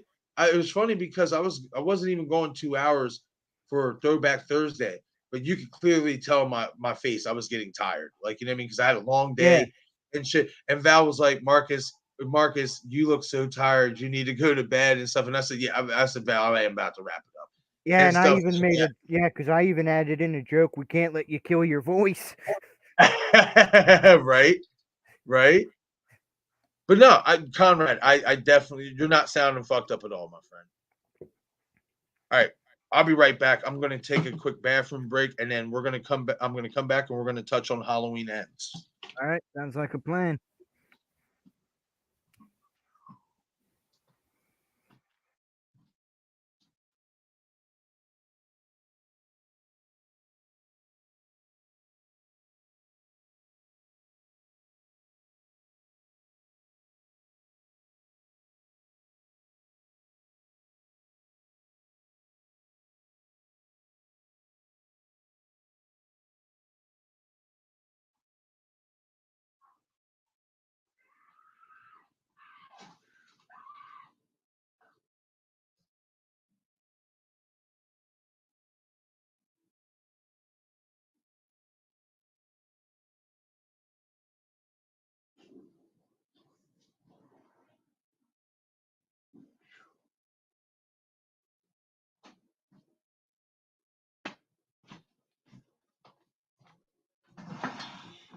All right, all right, all right. We're back. Oh man. Back up to 5 people in the chat. Guys, thank you guys so much for hanging out with us. You guys Yeah, are so great, honestly. You know what I mean? Like I know it's late, you know what I mean, and stuff like that, but we appreciate you guys hanging out. Speaking of which, once you guys throw in the chat where you guys are coming from, what's state, etc., and what time is it in your area? It is 1:45 a.m. here in York, Pennsylvania, where I am at. and it's also 1:45 a.m. here in Cape May, New Jersey, where I am I know currently that's right. located. Man, I can't fucking wait for Monster Mania, man. It's gonna be so fun. Yeah, I can't wait to see what kind of trouble Amber gets into. Now, what I'm probably gonna do, in all honesty, is before before what I mean, well, I'm looking into it or whatever, but before like obviously the events and start, I might actually be there a day or two sooner to try to see if I can set up, the booth and all that shit. You know what I mean? You know what I mean? Get Yeah, set up, you know what I mean, and all that. So I'm gonna look into it, and I think that would be better if I like showed up like a day early and stuff, and see how that goes about. See if they let you come in and set up and stuff a day before the event or 2 days before the event, whatever, and stuff like that. I am going to be spending a fuckload of time within over the next 2 weeks, and I'm gonna be spending a good bit of money over these next 2 months buying merch and having it sent here to my house so that I can have it there at the con and stuff. So that when I Yeah. have the booth set up, I can have merch to sell and all that stuff like that. Like I already have a few things in the merch store and stuff like that. That's why I haven't announced like it's not open to the public or nothing like that yet. I want to get a certain amount of shit in there to then be like, all right, I have it open. You know what I mean? And stuff like Yeah. that. But just for this trip and stuff like that, I'm making sure I have a good bit of shit. Like I'm gonna make sure I have a good shit ton of shirts, shot glasses, tumblers, mugs. All your I'm gonna basic try, necessities for a convention. yep, I'm gonna try to make some book bags, socks, you fucking name it. That's what I ain't gonna lie. I love using the Printify app because I can you can make damn near anything, man. Like it's fucking ridiculous. Shoes. Yeah. It's Heck, fucking you could even use our Slasher Sunday on logos. Yeah. yeah, that's what I'm saying. Oh, absolutely. You know what I mean? Absolutely. Yeah, I plan on making a t-shirt out of that for sure. I'm planning on making a t-shirt for every like live stream, like so Slasher Sundays, Shoot at Me Mondays, Watch Party Wednesdays, and Throwback Thursdays. I'm making promotional t-shirts out of those, and then other t-shirts is just going to be me being creative. Yeah. I mean, and stuff like that. Yeah, for me, I hope I can convince my grandmother, hey, I mean, not my grandmother, my mother, hey, instead of just coming down and driving back and forth, why not just get a hotel room for the Friday and Saturday? Exactly. You know what I mean? Exactly. Wait, ain't you part of the Monster Mania group chat? Oh, shit, yeah. Fuck, I keep forgetting. Hey, dude, I poured all my fireball that remained into this tea here. Okay, I'm feeling it. I'm You're feeling good, woozy bro. here. Oh, you're good. Trust me, buddy. Because I said it took me a second. I'm like, wait a fucking minute. He's in the fucking group chat. I just saw him earlier. Who the fuck removed him? Like, I mean, I'm just. But that's what's up, though. So, yeah, buddy. Yeah, we're gonna do it big. Yeah, and It's I'm gonna sitting here, but before this, I'm talking about how I have a wing woman, and I'm sitting here forgetting I'm. oh man, this is good shit. Good shit, man. Oh, gotta love it. I Yeah, can't wait. Oh, yeah, 2 months, I, basically. yeah, it's gonna be a scream, baby. Hell yeah. Oh, I already told people at my job. I was like, you know what I mean? I was like, yeah, I'm already booking it. Like y'all gonna have to put this on the schedule. I'm not gonna be here this Yeah, weekend. Sorry, you know what I mean. But that's one thing I will say. Shout out to my the owner of my job and the boss man and stuff. You know what I mean. He does a pretty good job of making sure you know what I mean. I get my time off when I need it and yeah, stuff like that. He does. You know what I mean. I cannot hate on him for that for sure. You know what I mean. definitely. and stuff because I ain't gonna lie, when I did the horror hound in March, I it was really short notice. I decided to do that with me and my friend were gonna go a month away from the event. So basically from paycheck to paycheck, I was just stacking money, stacking money, stacking money and Yeah, stuff like that or whatever. And I had put it on because we clock in through the home base system and you can, put your request time offs in there. Well, here I should have known that he doesn't really like he checks it, but he only checks it when he has to. You know what I mean? So here a whole yeah, week went by since I put in the request, and then but by this time the event's the next week or the following week. So I only got a yeah, week. You know what I mean? So I looked at him. I said, "Hey, Sean," I said, "Did you get my notification on home days?" He was like, "No," or whatever this and that. And I was like, "Oh, well, listen, I ain't trying to be rude or disrespectful, but I have a trip to Ohio next week, to go over this horror con. It's gonna, hopefully, I didn't do it right because I was just starting this channel.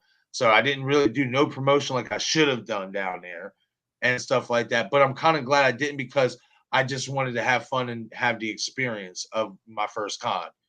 You Yeah, know what I see, mean? that's And kind of stuff where like I'm at. I'm not gonna do like get a table booth and all that. I'll wait till the yeah, next one. I just want to have fun because this is my first convention since 2015. I'm going to. nice. I just want to live it up. I know that's right, buddy. Hey, I don't blame you, man. I don't blame you at all. And And that's the, what I said. That's why I got to the point when I was down there and stuff like that. But I told him, I looked at him, I said, look, I'm not trying to be rude, but I put it in, weeks ahead of time, like 2, 3 weeks ahead of time. You know what I mean? I'm not trying yep, to be rude, but I will not be here next week. You know what I mean? Like I'm not. Like, you know what I yeah, mean? Yeah. And he's just like, oh, okay. He's like, don't worry about it, Marcus. I'll take care of it and stuff like that. And everything is cool. You know what I mean? yeah. So And at least this one, you had more time in advance to let him know, hey, I ain't making it this week. I'm going down there. right. But that's a good thing though, is that I always make sure I try to make sure it's a good bit ahead of time or Yep. whatever. So I'm probably most likely, I'd say right towards the end of June, maybe the first day of July, I'm putting a request in like, yeah, I won't be here this weekend or the weekend from the 12th to the 14th of Yeah. August. Yeah. And that's going to be a fun time for the whole community as a whole, that everyone that Oh is my going. God. I can't wait. I can't wait to meet all you guys in person. You know what I mean? Yeah. Because I Like mean, that. this is a nice interaction, but just imagine actually seeing in person. Yes, exactly. Exactly. Like, man, it's gonna be so fun. I can't wait. It's gonna be real, real fun. Yes, that's Definitely. right, Conrad. 4 people in the chat. Thank you, buddy. I appreciate you for keeping up on it with me. Yeah. We got so He far off says I'm track on fucking that. dead. Oh man, I'm glad we amused you, Conrad. Hey, listen, I love that. And I mean, not only we're here for the horror content and all that stuff, but hey, we also want to entertain you guys. You know what I mean? Put a smile on people's face, make people laugh. Yep. Okay, It's hold all, on. Let's hold on. Let's answer some of Dino's questions real quick because sorry, Dino, I just caught this or yeah. whatever. The Austin versus Vince rivalry is legendary. Oh yeah, it's the greatest feud in history, in my opinion. I don't know. That's just my opinion. It's up there. I don't know if I'd classify it my favorite. I don't know. I think Rock and Austin, I think, just were a little bit better in my opinion with the build up toward the end when Rock finally That beat. could be that could be I true. mean, That's not a bad take at all. Also, Taker and Kane. yeah, yeah, brotherly love or That brotherly that that feuds. that was a hell of a fucking story. Yeah, And Dino asks, "Did you guys think Taker's streak should have been broken?" not the way it was done. I don't think it Maybe, should have.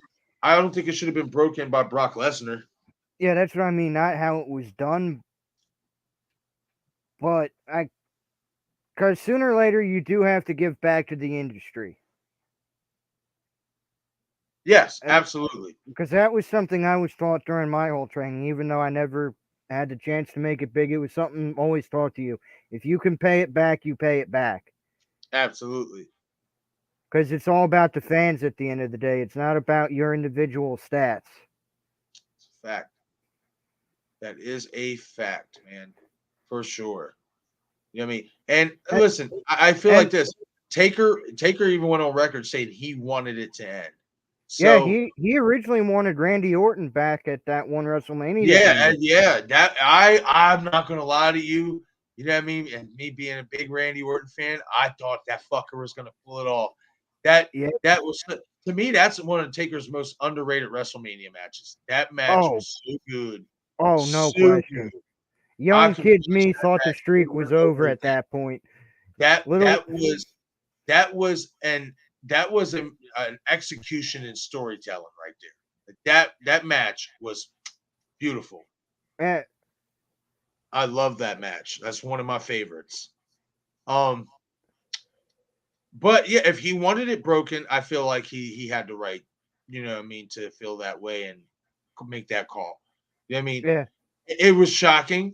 You know what I mean? I did not expect Brock to be the one to do it. I really thought it should have been if anybody Shawn Michaels or Triple H, but really Shawn Michaels, given their history and those fucking classic 2 matches they put on at WrestleMania.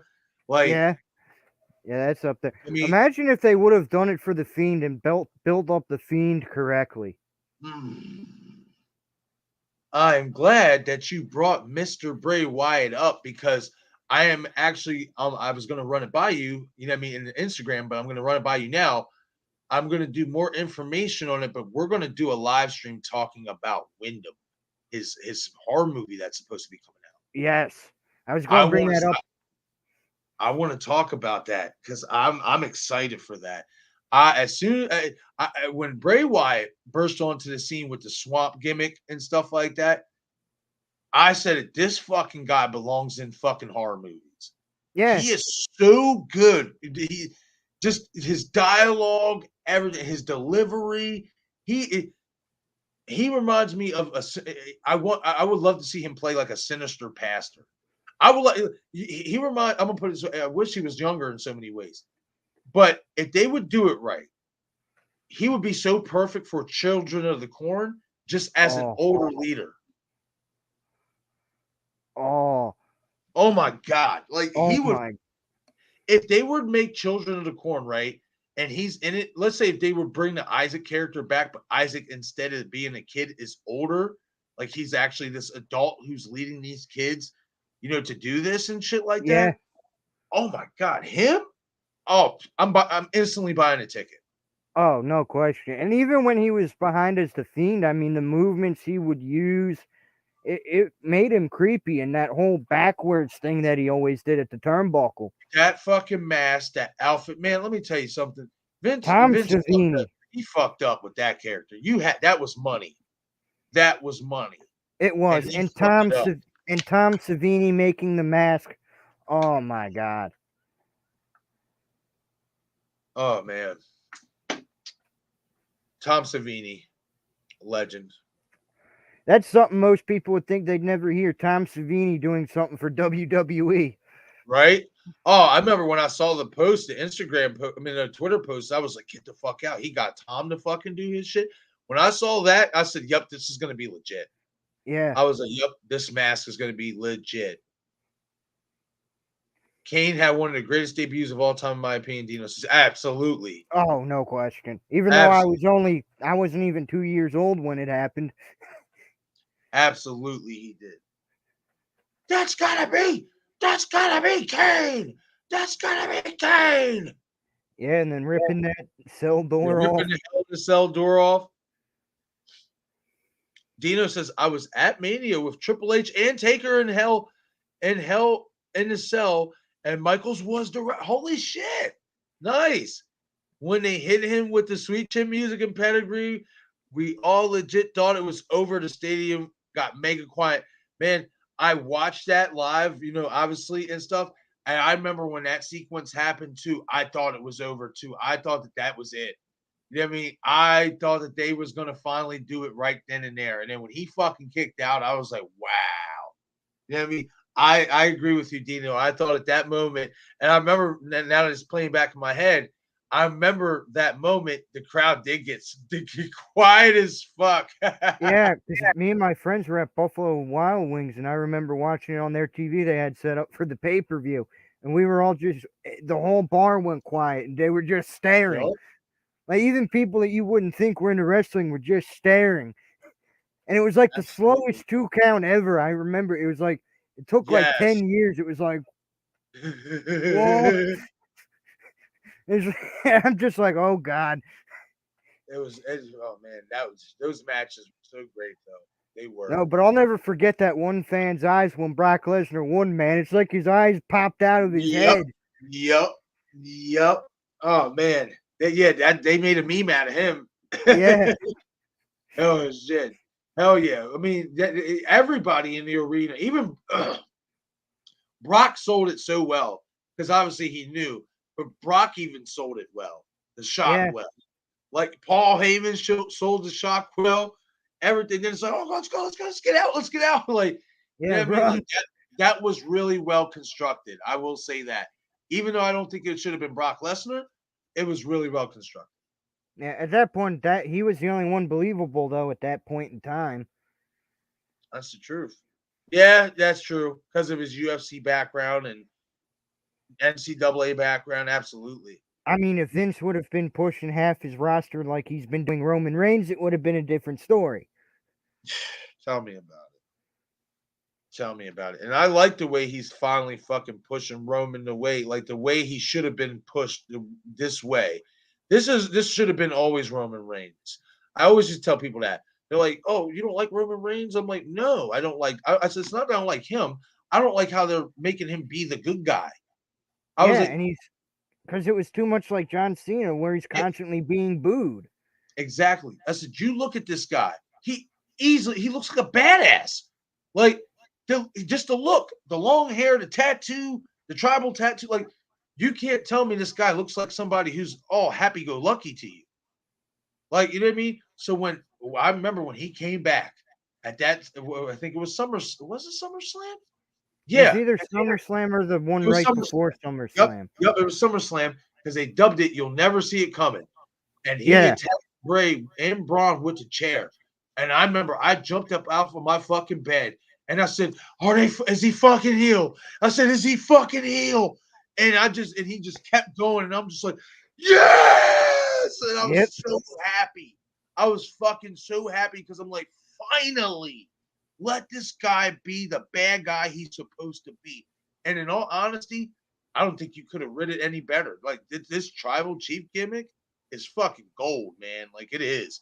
His yeah. facial expressions, the way he talks, everything. I love it. A little too late, and I agree with CM Punk when he says that they should have did this about 5 years ago. But hey, better late than never. I'll take it. Yeah. Then again, if they would have even booked CM Punk right, he would have probably never wanted to leave wrestling in the first place. Tell me about it, man. I remember when I'm pretty sure you heard the shoot interview that he did after leaving, and there's this quote in there that always stuck out to me. He said, I went to them. I said, you look at the current roster. How do you expect anybody to get better if they never worked a WrestleMania or a main event or nothing like that? AHL hockey players have to play with NHL hockey players in order to get better. Yep, You know what I mean? Like, how do you expect these talent? How do you expect these guys and girls you have on your roster to learn how to be in a main event if you won't give them the opportunity to? You know what I exactly. mean? Zack Ryder should have been pushed when he got over. Another one, Jinder Mahal. I thought that I like Jinder. You know what I mean? And I thought that they had something and they fucked it up. Like, you know what I mean? Yeah, Like I liked his whole look. You know what I mean? Granted, the roids, man, they did it for him. yeah. But Well, his then again, the look, same thing with Drew.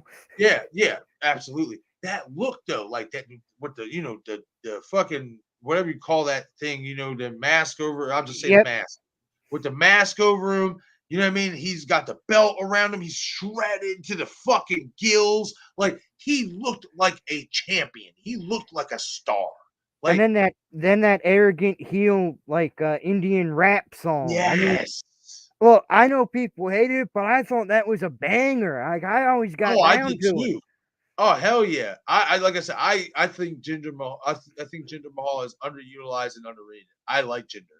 Definitely. I thought that heel character was really really good, and I thought that him and Randy's matches were a lot better than what people gave him credit for. Because Randy's good at making people who are not as seasoned as him look good. You Yeah. know what I mean?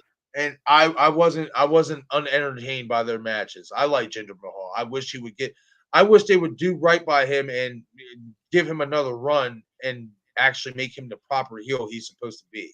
Yeah. Another one you can argue being horribly booked is even Bobby Lashley. Granted, he's not the world's greatest promo, but when you look at what they were doing with him in Impact Wrestling, hey, this guy was a fucking behemoth. Like you wanted to hate him. Yep. Now you're Yep. just giving him go away heat, and that's the worst heat you can get. I know that's right. Yeah, it's like they don't know if they want him to be heel or good. Like good. I don't know what they're doing with him right now. Yeah. What did y'all think of WWE films? Conrad, I like WWE films. They're okay. I like See No Evil. I like The Call. I mean, I thought those were pretty Yeah, good, suspenseful slash horror movies or whatnot. I mean, but in terms of, I like the Condemned, but yeah, like the Condemned was Marine, good. the Marine, wasn't so much of a fan. 12 Rounds, I actually did like a little bit. You know what I mean? I liked it more because of the villain in that movie. You know what I mean? Yeah, I will say this though. John Cena has come a long, long way in his acting skills. He is so much better now than he was back then. yeah. And another thing I'll say, I actually prefer the Marine sequels with the Miz in them. I don't know, just something about it brings something out with him, and it's always it makes me want to watch it just for the heck of it. I have not watched none of the Marine sequels. I mean, So that's just my opinion, but now that I'm a you said huge. that, I'm going to because I like the Miz a lot. I Yeah, I liked was it. gonna say it might just be me being like, oh, I just like the Miz. I find everything enjoyable. Heck, I don't watch reality TV, but I'll find myself watching Miz and Mrs. Right? Miz is just he's a character. You know what I mean? He's an entertaining person. Yeah, Like I mean, he makes in you want to watch him. I remember yeah, watching him. I remember watching him on the Real World. yeah, I was gonna say, and when you think about how far he came originally, he started on the Real World back on Yep, MTV. yep. Man, I never forget that. And I remember seeing him because he was big. He was like kind of more buff on the Real World.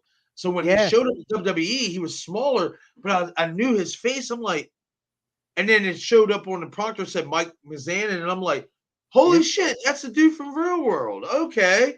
And shit, and he honed his shit, and he's definitely underrated, man. He's really, really good. I yeah, like it. yeah. But yeah, But Conrad, even there, I liked See No Evil too. The sequel was pretty good to the first sequel one. actually was pretty good. But then again, that might Danielle also be Harris was in biased it. with me liking Danielle Harris. So take that No, with a I grain of actually salt. thought for a sequel is actually pretty good.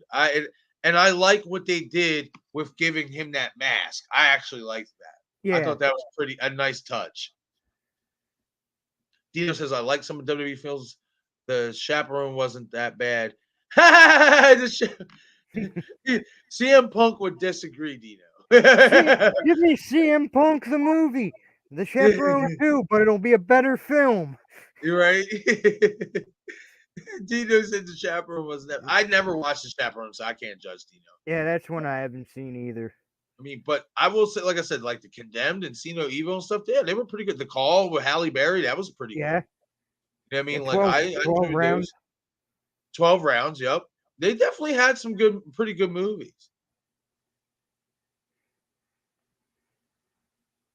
Dino says, thank you. I always said turn Roman heel and he will kill it and look at him. Absolutely. Absolutely. Yeah, but unfortunately, with all that booking, then now everyone else is lost in the shuffle. You already now are losing Sasha and Naomi, who should have been pushed bigger. Yeah, well now Roman's about to go to Hollywood, and so Yeah, so Roman will be out soon. Who's going to take Roman? they're The only talking one. about they're talking about he's most likely going to drop the title as soon as SummerSlam. Yeah, which now throws out the whole Rock versus Roman angle.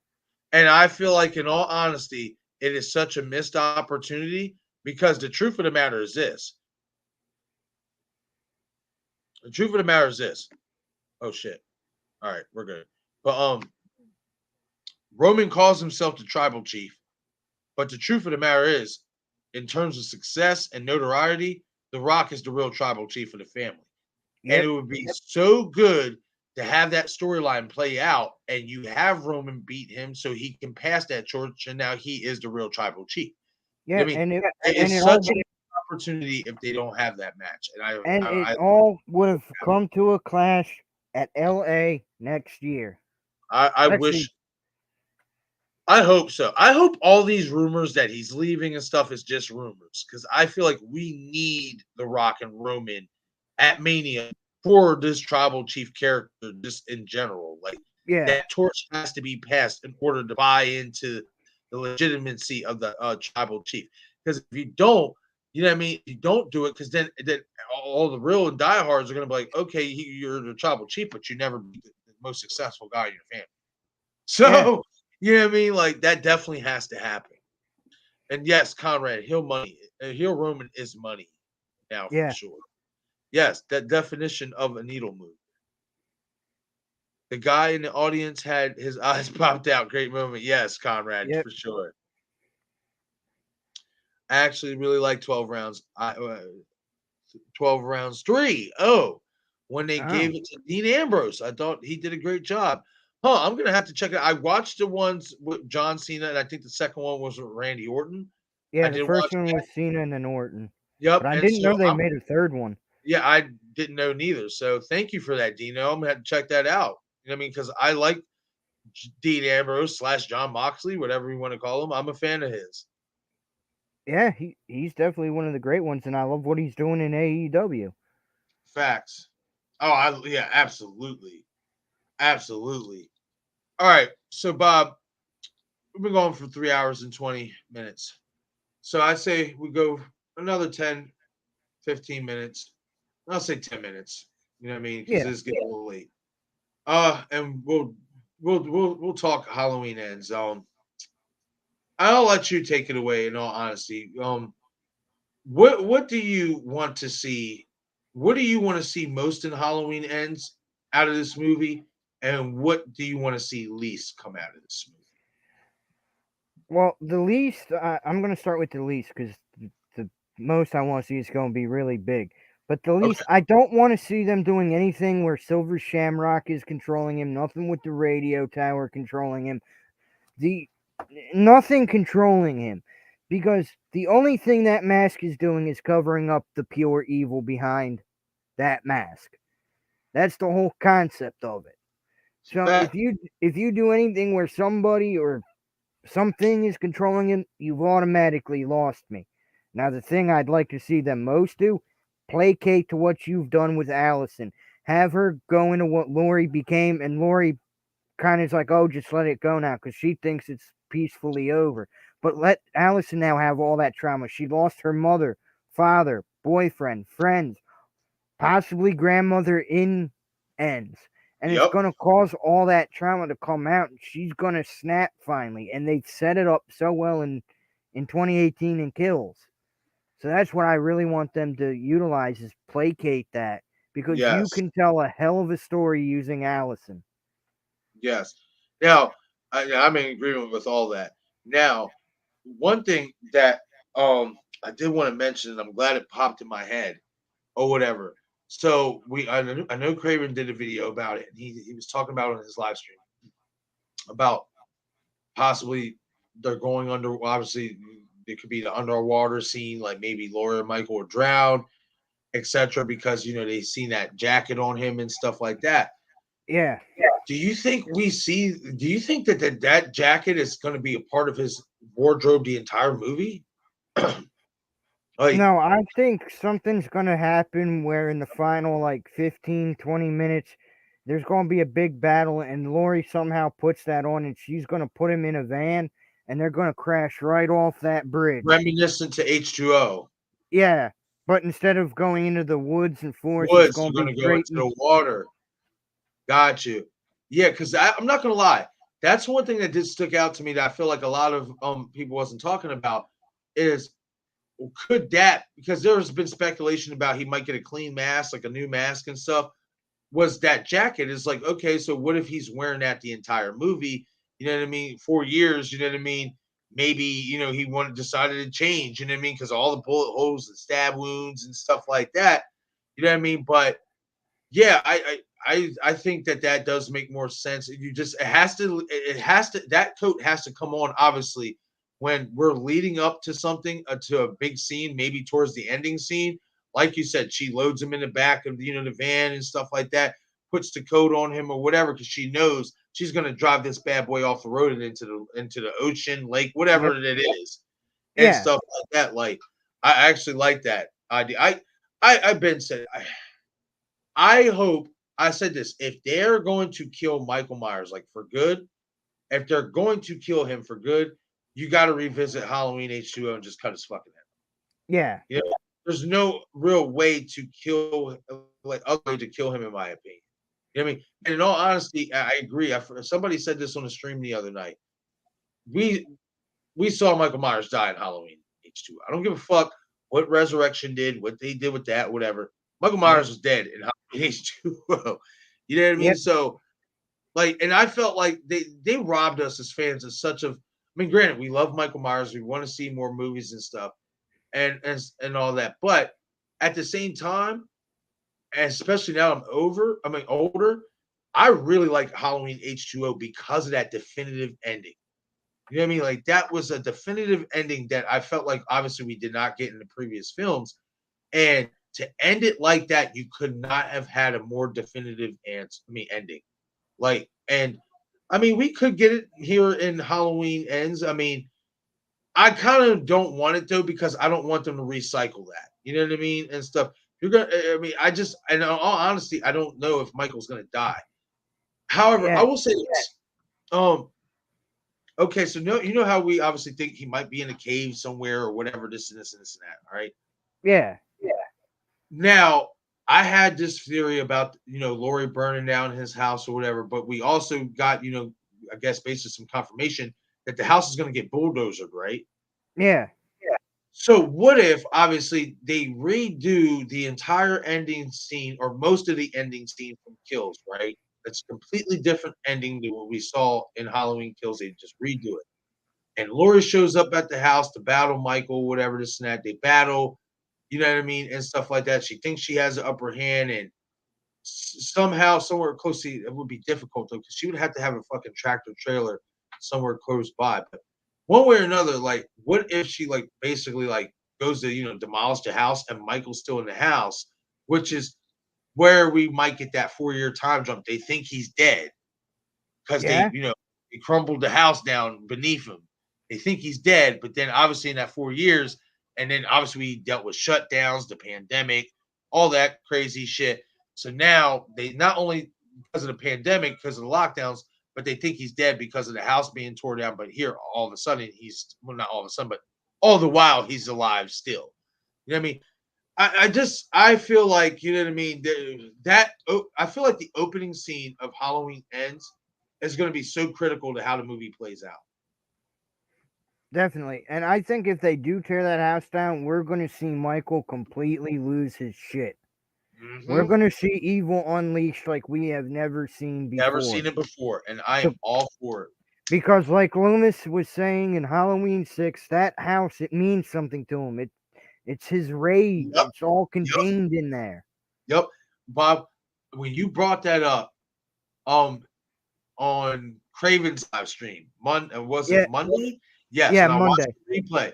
When I was listening to the replay at work, and when you brought that up, because I remember when Gory B was on there with him, and they were having the same conversation, and she had said that she didn't feel like the house is that important.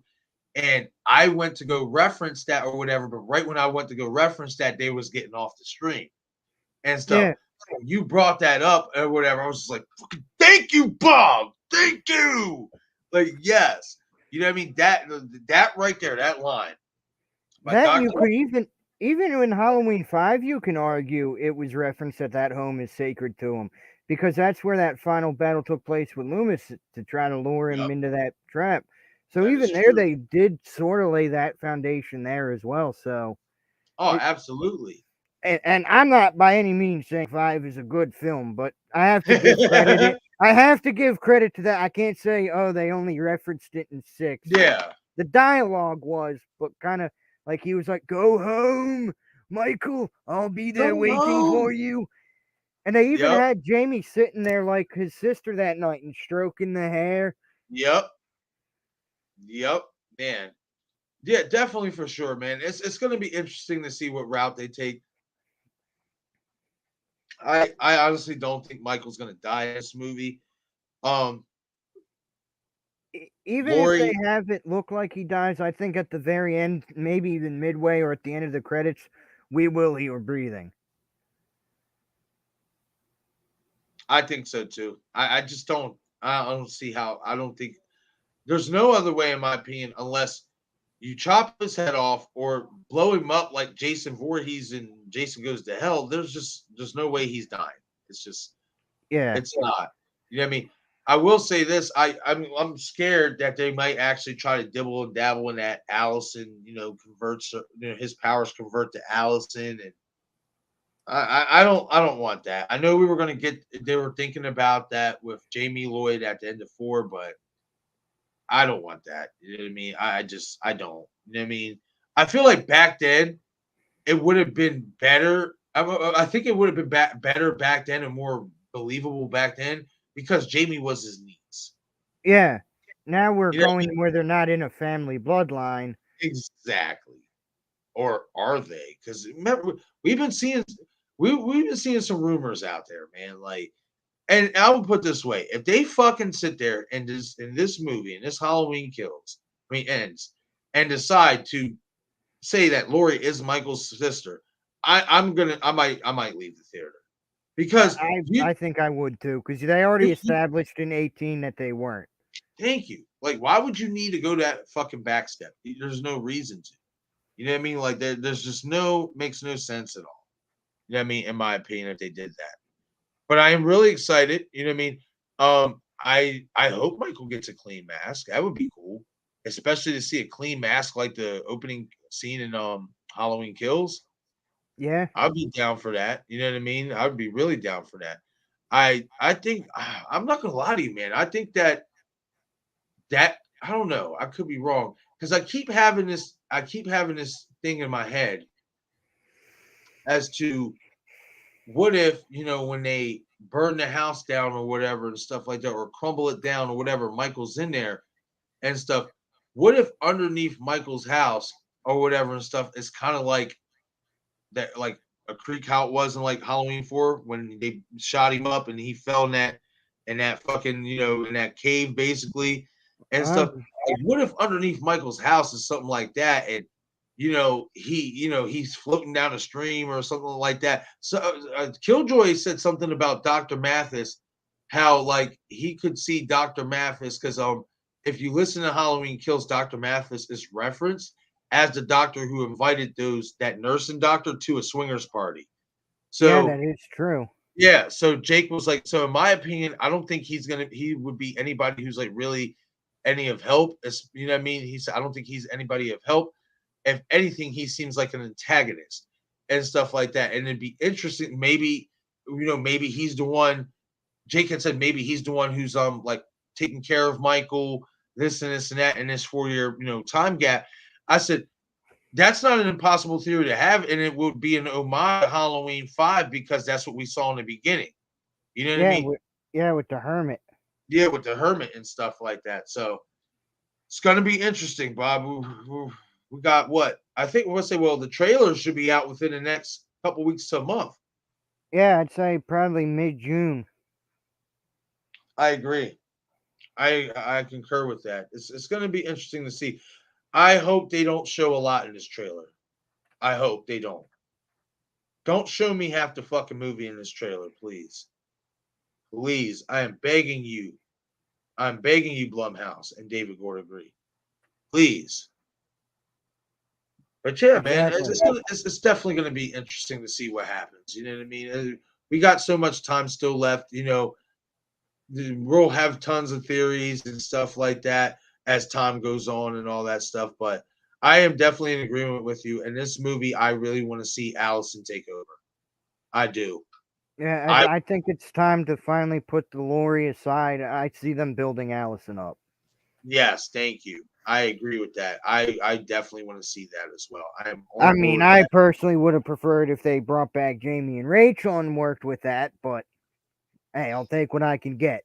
Right? Trust me, I wish we can go back, and bring those back. I mean, hey, never know. When I start my fan film shit, don't get me started. I might want to retcon that. You know what I mean? And make a fan film out of that and do it Hey, properly. you hear And this, in all Danielle honesty, Harris? I'm about to say I would use Danielle Harris as Rachel. Yeah, You know what I mean? I would use Danielle Harris as Rachel. If I'm going to bring back the Jamie Lloyd character, obviously I would need somebody younger. But I would, if I was going to bring her back, I would bring back her as Rachel. yeah, you Danielle. could even bring back Ellie Cornell as the mother. Yes. Yes. See, I see. I love that. You know what I mean? Because we got the same idea. In all honesty, hell yes. That would be so fucking cool. It would be. But all right, gang, this is that point in the stream where we're going to wrap it up. It is getting late. It's about 2:26 here, but we've been going for like 3.5, almost 4 hours. We appreciate you guys hanging out with us. Honestly, you know what I mean? Your support is greatly, greatly appreciated. If you haven't already, please shoot this stream a like. You know, it helps the channel out a ton. Any viewers that has tuned in or is going to watch this replay, shoot that like button, subscribe to the channel, and join this beautiful community that we have going on over here for sure. And before we head out, Keith, hey, what's going on, Keith? How you doing, man? Allison sacrifices herself to save Lori. 20-year jump to Laurie Strode, looking back at 90-year-old Allison died. Oh, that's a good one, Keith. I like that. I appreciate you stopping in with the chat, man. Oh, with the comment. That's fucking funny. I like that. That's a great one. 20-year time jump to Laurie Strode, looking back at 90 years old. Allison dies. I like it. That's funny. That's funny as hell. But all right, gang. It's about that time in the stream. We're going to head out of here for the night. Everybody, once again, thank you guys for tuning in. We greatly appreciate your support. You know what I mean? And we are going to catch you guys later. Everybody be safe out there. You know what I mean? And enjoy your Memorial Day. You guys eat some good food and have a good time with your family and your friends. Much love to everybody. And always remember,